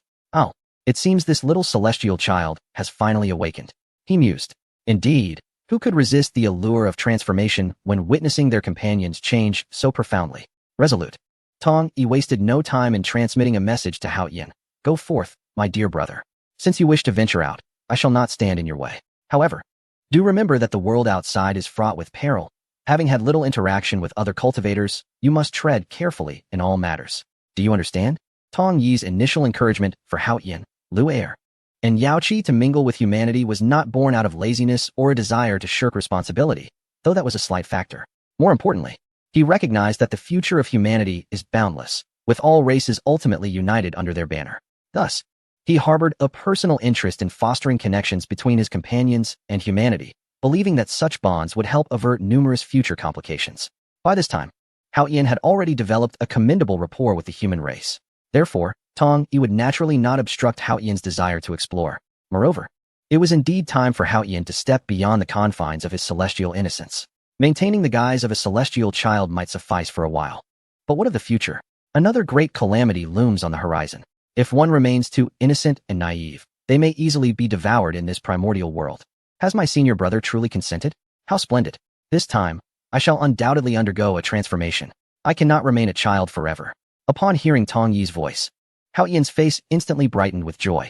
He seemed to envision his metamorphosis into a handsome youth, which would surely astonish his senior brother, the little monkey of the Yao Qi, and indeed all of humanity. Go on, go on. Do you need to bid farewell to Yao Qi and the human race? Hearing Hao Yan's thoughts, Tong Yi couldn't help but sigh. He recognized Hao Yan's deep fixation on his own youthful appearance. However, he had not anticipated the extent of this obsession. Upon hearing this, Hao Yan turned to glance at the platform below. At that moment, Yao Qi had just begun to communicate with the human race, while the many children of humanity below listened attentively to her words. Witnessing such a scene, a flicker of reluctance shone in Hao Yan's eyes, and he gently shook his head, conveying to Tong Yi, "No, senior brother. Let us not disturb them."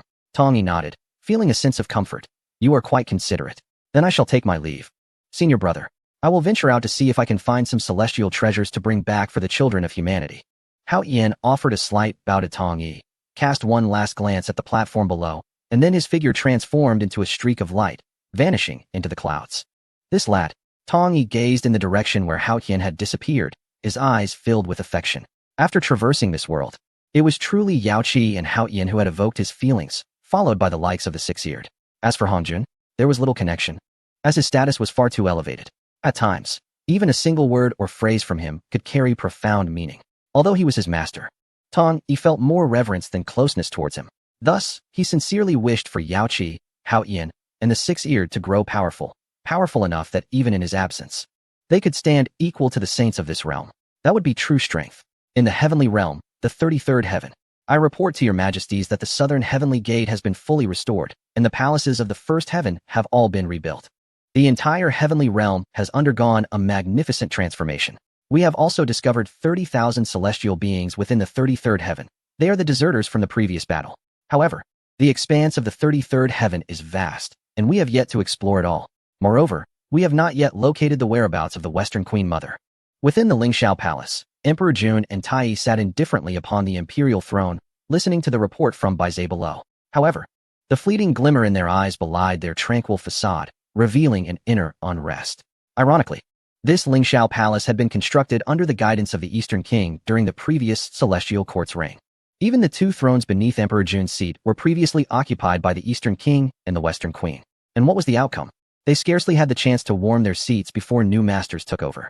Emperor Jun harbored no disdain for these thrones. After all, they were nearly pristine, treasures in their own right. It seemed rather unfortunate to replace them, so he allowed Baizé to keep using them. Baizé, however, felt a sense of resignation. It was one thing to retain the other items, but to hold onto the thrones once graced by the Eastern King and the Western Queen seemed excessively frugal.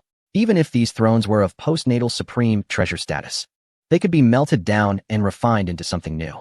Yet, with Emperor Jun's decree, Baizé refrained from opposing him. After all, he had just ascended to the heavenly realm.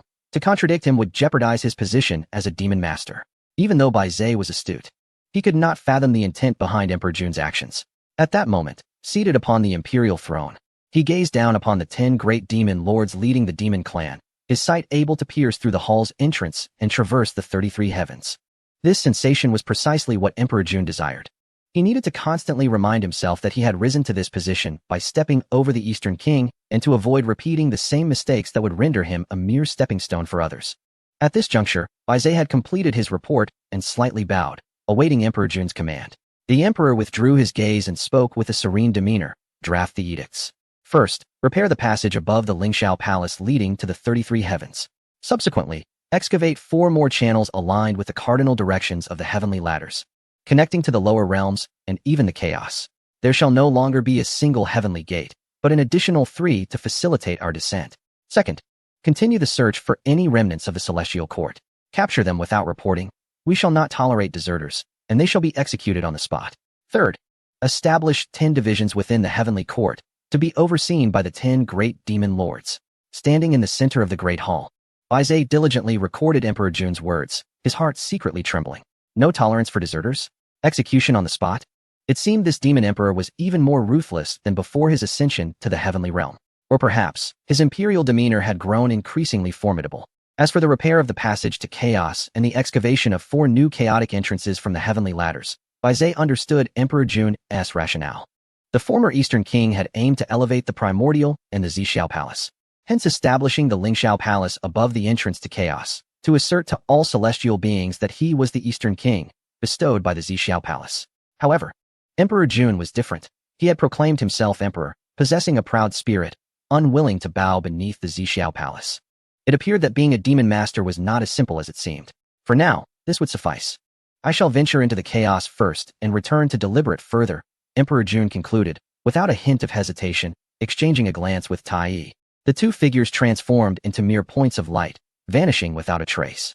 Chapter 254. I shall ensure the human race flourishes throughout the vast wilderness. This time, your Holy Father has sent me not to instruct you in the art of cultivation, for you have already received ample guidance in that regard.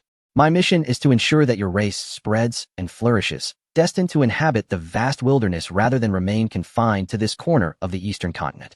Standing upon the platform before a multitude, Yaoqi initially felt a twinge of nervousness, which soon gave way to eloquence. With her level of cultivation, she could easily sense the distant departures of Lu Er and Haoyan, provoking her curiosity about their whereabouts. However, this was her inaugural address before the human race. And to maintain her stature and to redefine Yuhua's position, Yaoqi deemed her task of greater significance. Thus, she focused intently, refraining from further distractions. Oh, to spread and flourish? What does that entail? A voice exclaimed. Wow, that sounds incredibly impressive. Master Yaoqi is truly remarkable. How wonderful it is that it doesn't involve cultivation. We can learn something new. To flourish throughout the vast wilderness? Is it akin to the witch clan outside? I've heard they have countless members, tribes on every continent. Yet, we have merely 9,999 siblings. How can we cover the vast wilderness? Upon hearing Yaoqi's words, the human populace erupted in animated discussions, their faces alight with curiosity. Truth be told, they had gleaned much about the outside world and its customs from Taishang Laojun and the duo of Haoyan and Lu Er. Yet the more they learned, the greater their curiosity grew. Their frailty confined them to the confines of Bagua City, even when they ventured out. They were limited to the area encompassed by the city's grand formation. Therefore, their burgeoning curiosity about the outside world ignited a fervor within them upon hearing Yaoqi's proclamation. Were no one to enlighten them about the wonders and complexities beyond, they might have believed that Bagua City encompassed all. But now, they longed to explore the world beyond, fueling their dedication to cultivation. Yaoqi's declaration of spreading and flourishing struck a profound chord with them, resonating deeply. Seeing the intense reaction her words elicited from the crowd, Yaoqi smiled with satisfaction. She turned to Tong Yi, conveying a look that asked, "How do I fare, senior brother?" Tong Yi responded with a thumbs up and a grin, signaling his approval. Yaoqi then redirected her gaze to the assembly of humans, sensing the moment was ripe. Without feigning mystery, she flipped her right hand, revealing 2 stone platforms that appeared delicately exquisite, akin to her own standing point. As if on cue, the crowd fell silent, their eyes drawn to the 2 stone platforms. Recognizing their similarity to the one beneath Yaoqi's feet, on these 2 stone platforms, there exists an array of artifacts. These platforms, known as the combat stage and the destiny stage, are essential for the flourishing of the human race. Yaochi, while elucidating this, turned her gaze to the central square of the Bagua city. There, the towering nine-tiered golden pagoda loomed prominently, commanding a substantial portion of the space. Although the square remained vast, even with a multitude of people gathered, it did not feel congested. But what of the future? Just as this thought crossed her mind, and she was about to share it with her senior brother, a voice reached her ears, declaring, "The entire formation has been entrusted to you. You may now delineate the area of Bagua City and the positioning of its various locales." Yaochi paused in surprise, turning to find her senior brother smiling back at her. At that moment, a gentle breeze wafted by, refreshing yet invigorating. Yaochi beamed, her smile radiant as a blooming flower. In the chaotic expanse beyond the 33 heavens lies the boundary of the primordial world, a realm steeped in the remnants of cosmic laws. There exists neither up nor down, nor any cardinal directions. Only an eternal haze of confusion prevails. The thick, viscous currents of chaos swirl silently, nurturing the innate winds capable of obliterating even the most exalted golden immortals. These winds, formless and intangible, possess a sharpness surpassing that of myriad divine weapons, howling as they shred and obliterate the occasional fragments of space that coalesce. Suddenly, two resplendent golden streaks of light emerged, surging forward at a terrifying speed that transcended the limits of thought. They resembled twin suns ablaze with fervent golden flames, carving out two enduring trails of light across the chaotic veil. Wherever these streaks traversed, the fabric of space was forcibly compressed and distorted, leaving behind golden remnants reminiscent of comet tails. Upon the moment of their encounter, the fragments of space and the turbulent innate winds that obstructed their path erupted in a cacophony of explosive resonance, disintegrating instantaneously into fine chaotic dust, swept away by the violent currents of energy. The objective of these golden streaks was strikingly clear. They were not aimed at the majestic purple celestial palace, which floated amidst the depths of chaos, radiating an aura of supreme purple brilliance. Instead, their direction pointed toward a deeper, more profound region of chaos. There, a distinctly different radiance pierced through the endless haze and turmoil, existing with unwavering tenacity. It was a warm, crimson glow, infused with the essence of boundless life and creation, guiding the two streaks onward. Unlike the lofty brilliance of the purple celestial palace, this light brimmed with the power of nurturing, creation, and ceaseless vitality. This red luminescence emanated from a grand, ancient palace, enveloped entirely in a gentle red glow. Regardless of how the chaotic currents surged around it, that red light remained steadfast, as unyielding as a mountain, effectively isolating chaos and destruction from within. In the midst of the silent chaos, it forged a vibrant sanctuary brimming with life. In the profound depths of chaos, where even the concepts of space and time lose their significance, the ability to forcibly establish and stabilize a sanctuary is a feat reserved solely for the celestial sages. Presently, there exist but 3 sages who have attained the primordial Dao fruit. Among them is the figure from the Yushu Palace on Kunlun Mountain, who is deeply concealed within layers of prohibitions and innate formations. By diligently contemplating the principles of the heavenly Dao, detached from worldly affairs, this sage embodies the essence of enlightenment. Before us stands a magnificent palace, radiating a warm crimson light amidst the chaos, its aura imbued with the mysteries of creation. It is none other than the sacred sanctuary of the sage, the Palace of Niwa. The 2 blazing streams of golden light before us are, of course, the brothers Dijuan and Tai. Brother, although we have grown exponentially stronger since our first venture into chaos, this realm still evokes a sense of trepidation within me. As if unseen eyes are perpetually watching, Tai remarked, breaking the silence after a period of intense flight. At these words, Dijuan instinctively nodded. He too felt the same unsettling sensation. During their previous 3 forays into chaos, they had been summoned by the lectures at the Zixiao Palace, when they were still relatively weak and had to navigate the chaotic currents with great caution. Yet now, their power had multiplied manifold, enabling them to shatter innate winds. Yet they were inexplicably gripped by fear in this chaotic expanse. Moreover, Dijuan observed that this inexplicable dread intensified whenever he gazed in any direction, as if unknown eyes were locking onto his own. Only when he directed his sight towards the Zixiao Palace and the Palace of Niwa did a sense of reassurance wash over him. Could it be that within this chaos lurked some enigmatic being, one so formidable that it eluded even his perception? The thought sent a shiver through Dijuan. As a multitude of questions flooded his mind, why did the Dao ancestor choose to establish a sanctuary within the chaotic realm? Where does the chaos ultimately lead? Legends speak of Pangu not having entirely vanquished all the chaotic demons. What of the remaining ones? Each fleeting thought heightened Dijuan's sense of horror. as if he were glimpsing the very essence of existence, with the primal heavenly Tao issuing a warning. Elder brother, do you think that the Kunpeng was not slain by the primordial forces, but instead encountered something unknown here and was obliterated? Tai ventured, interrupting Dijuan's increasingly disturbing reflections. The suddenness of his words jolted Dijuan, who inwardly cursed his misfortune. He turned his gaze towards Tai, scolding, "Do not speak recklessly. Once we arrive at the dojo, we must exercise caution and restraint. The sage is no longer the same as before. We must not be disrespectful." Initially, Tai paid little heed to his brother's words. However, upon witnessing the serious, even somewhat irate expression on Dijuan's face, he extinguished his rebellious spirit. With a mere nod, he muttered, "I understand, elder brother." Observing Tai's dismissive demeanor, Dijuan sighed internally. He regretted bringing Tai along, for this younger brother had yet to mature and was incorrigibly mischievous. Nonetheless, encountering a sage could offer unforeseen benefits, and he did not wish to savor this experience alone. After all, his brother's fortune often surpassed his own. Alas, they were already en route, and regret was futile. No more idle chatter. Let us focus on our destination. After urging Tai a few more times, Dijuan spread his wings and accelerated towards the palace of Nuwa. Yet, the chaos was indeed boundless. This was no mere exaggeration. As they advanced further towards the palace, both brothers felt an increasing sense of frustration and astonishment. The warm red glow emitted by the palace appeared to be within reach, clearly visible at the horizon. However, in this primordial chaos, where the concepts of space and distance had dissolved, the boundary between proximity and vastness became indistinct. Both brothers were somewhat bewildered, questioning whether Nuwa was being deliberately elusive or if the Tao ancestor had merely been overly considerate of the listeners in the Zixiao Palace. As they continued their flight, they discovered that the location of the Palace of Nuwa was even deeper within the chaos than the Zixiao Palace. Despite Dijuan and Tai possessing the innate speed bestowed by their Golden Crow bloodline, enabling them to traverse countless star rivers with a mere flap of their wings, they were compelled to exert every ounce of their strength. They traversed through the eternal silence and the violent primordial winds, disregarding the passage of time.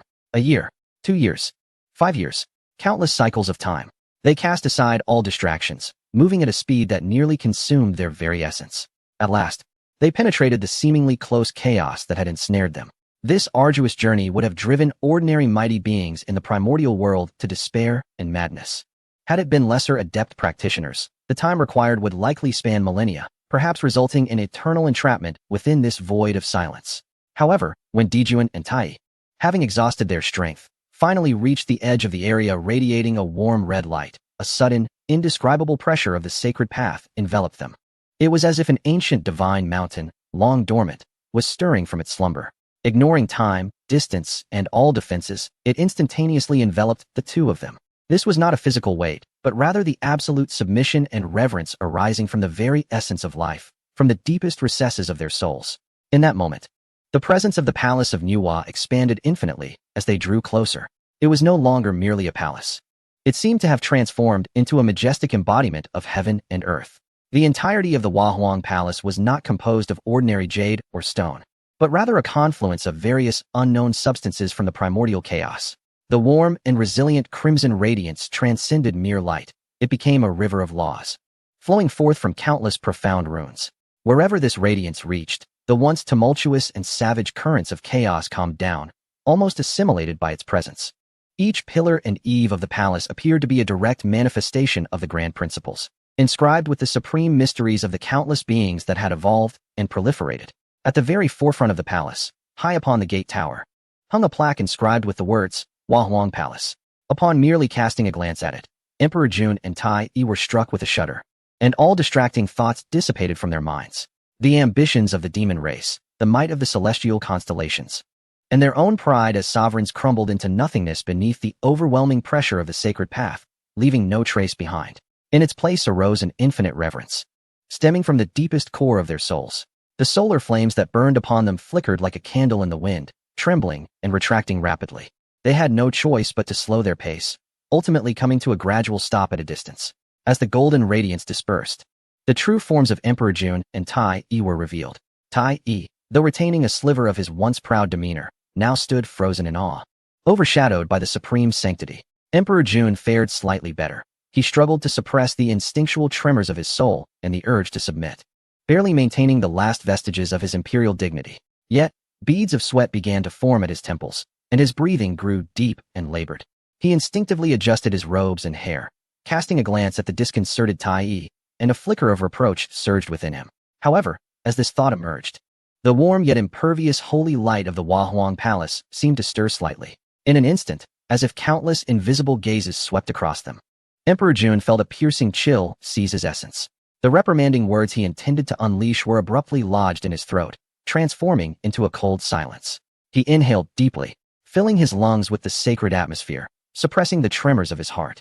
Rather than rebuke, he cautiously extended his hand, gently smoothing the slightly disheveled collar of Tai Yi's golden robes. Having completed this act, Emperor Jun took a half-step back, standing shoulder to shoulder with the still somewhat dazed Tai Yi. The imperial arrogance he usually projected before the demon race had vanished entirely, replaced by a profound and pure reverence. Then, gathering the remnants of his spirit and vitality, Emperor Jun bowed deeply before the gates of the Huahuang Palace. His voice tinged with a barely perceptible tremor. Emperor Jun and Tai Yi humbly seek an audience with the sage. In the name of the Z clan. The resounding thundering echoed throughout the entirety of Bagua City. The city's walls began to expand outward, and the numerous structures within followed suit. In an instant, dust and sand swirled chaotically, as if the entire city had been engulfed by a sandstorm. However, as a fierce wind swept through, the clouds of dust were completely dissipated, leaving Bagua City rejuvenated. Although it remained centered around the 9-story golden pagoda, the area had expanded 100-fold. The central square now possessed ample space. It could accommodate not merely thousands, but even tens or hundreds of thousands without a hint of overcrowding. This was the first modification made by Yao Qi after assuming control of the city's formation. After all, the human race needed to flourish. The previously cramped Bagua City, which could barely house 10,000, was now transformed, allowing each family to establish spacious residences for cultivation. Wow, our city has expanded so significantly, exclaimed one, brimming with excitement. Hee, that means I can cultivate even more spirit plants. Another chimed in. Indeed, all of it will be dedicated to growing spirit plants. Master Haoyan has mentioned that the spiritual veins beneath our city are sufficient for us to indulge for a lifetime. My home can be rebuilt now. I've longed to construct an alchemy chamber.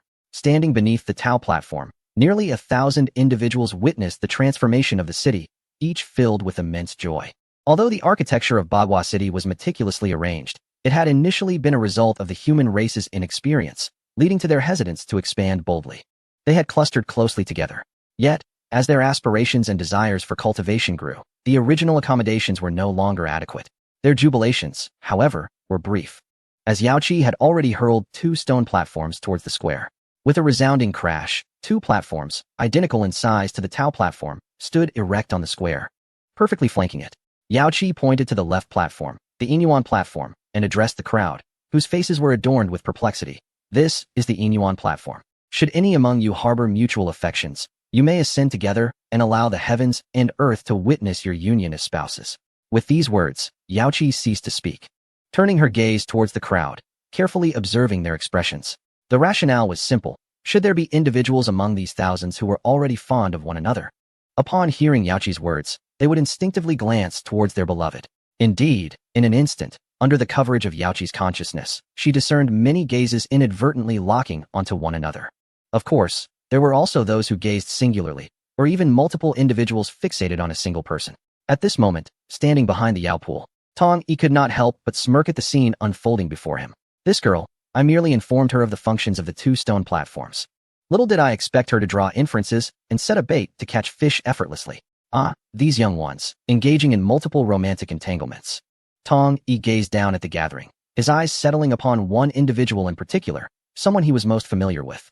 She was the first to whom he had granted a surname, and the leader among the 8 clan heads, the Z clan. At this moment, she stood at the forefront of her tribe, adorned in the robe of merit. Though her beauty did not rival that of Nuwa or the Earth Mother, she had long since shed her youthful innocence, exuding an extraordinary grace. Upon hearing Yao Pool's words, she continued to gaze at her, her expression tinged with curiosity. However, she did not cast her gaze elsewhere. Numerous eyes were directed towards her, including those of other clan leaders. The Sutian and Shinnong clans showed the most fervent interest. Alas, when they observed that Z did not instinctively return their gazes, a hint of disappointment flickered within them. Simultaneously, they turned their eyes towards one another. In that moment, certain dynamics needed no instruction. They instinctively learned to regard their rivals with hostility upon spotting a love interest, igniting their masculine competitive spirit. Such a scenario was not exclusive to Z. Among the thousands present, beyond the 8 clan leaders, their respective tribes exhibited similar reactions. Some exchanged shy glances, while others gazed with deep affection. Conversely, some locked eyes only to find a third party glaring back. In an instant, the previously harmonious assembly of thousands was enveloped by an inexplicable tension. Master Yaopool, I have a question. At that moment, a voice rose, accompanied by a hand that was raised. It was evident that the speaker had absorbed Yaopool's earlier words and understood the decorum of raising a hand to speak. Yaopool turned to see that it was none other than the mischievous Sutian clan. However, the playful demeanor had vanished from Sutian's countenance, replaced by a serious expression. Speak. Yaopool replied, her beautiful eyes sparkling with amusement, as if she already anticipated the query from Sutian. Indeed, the next moment, Sutian voiced, Master. You mentioned that those who are mutually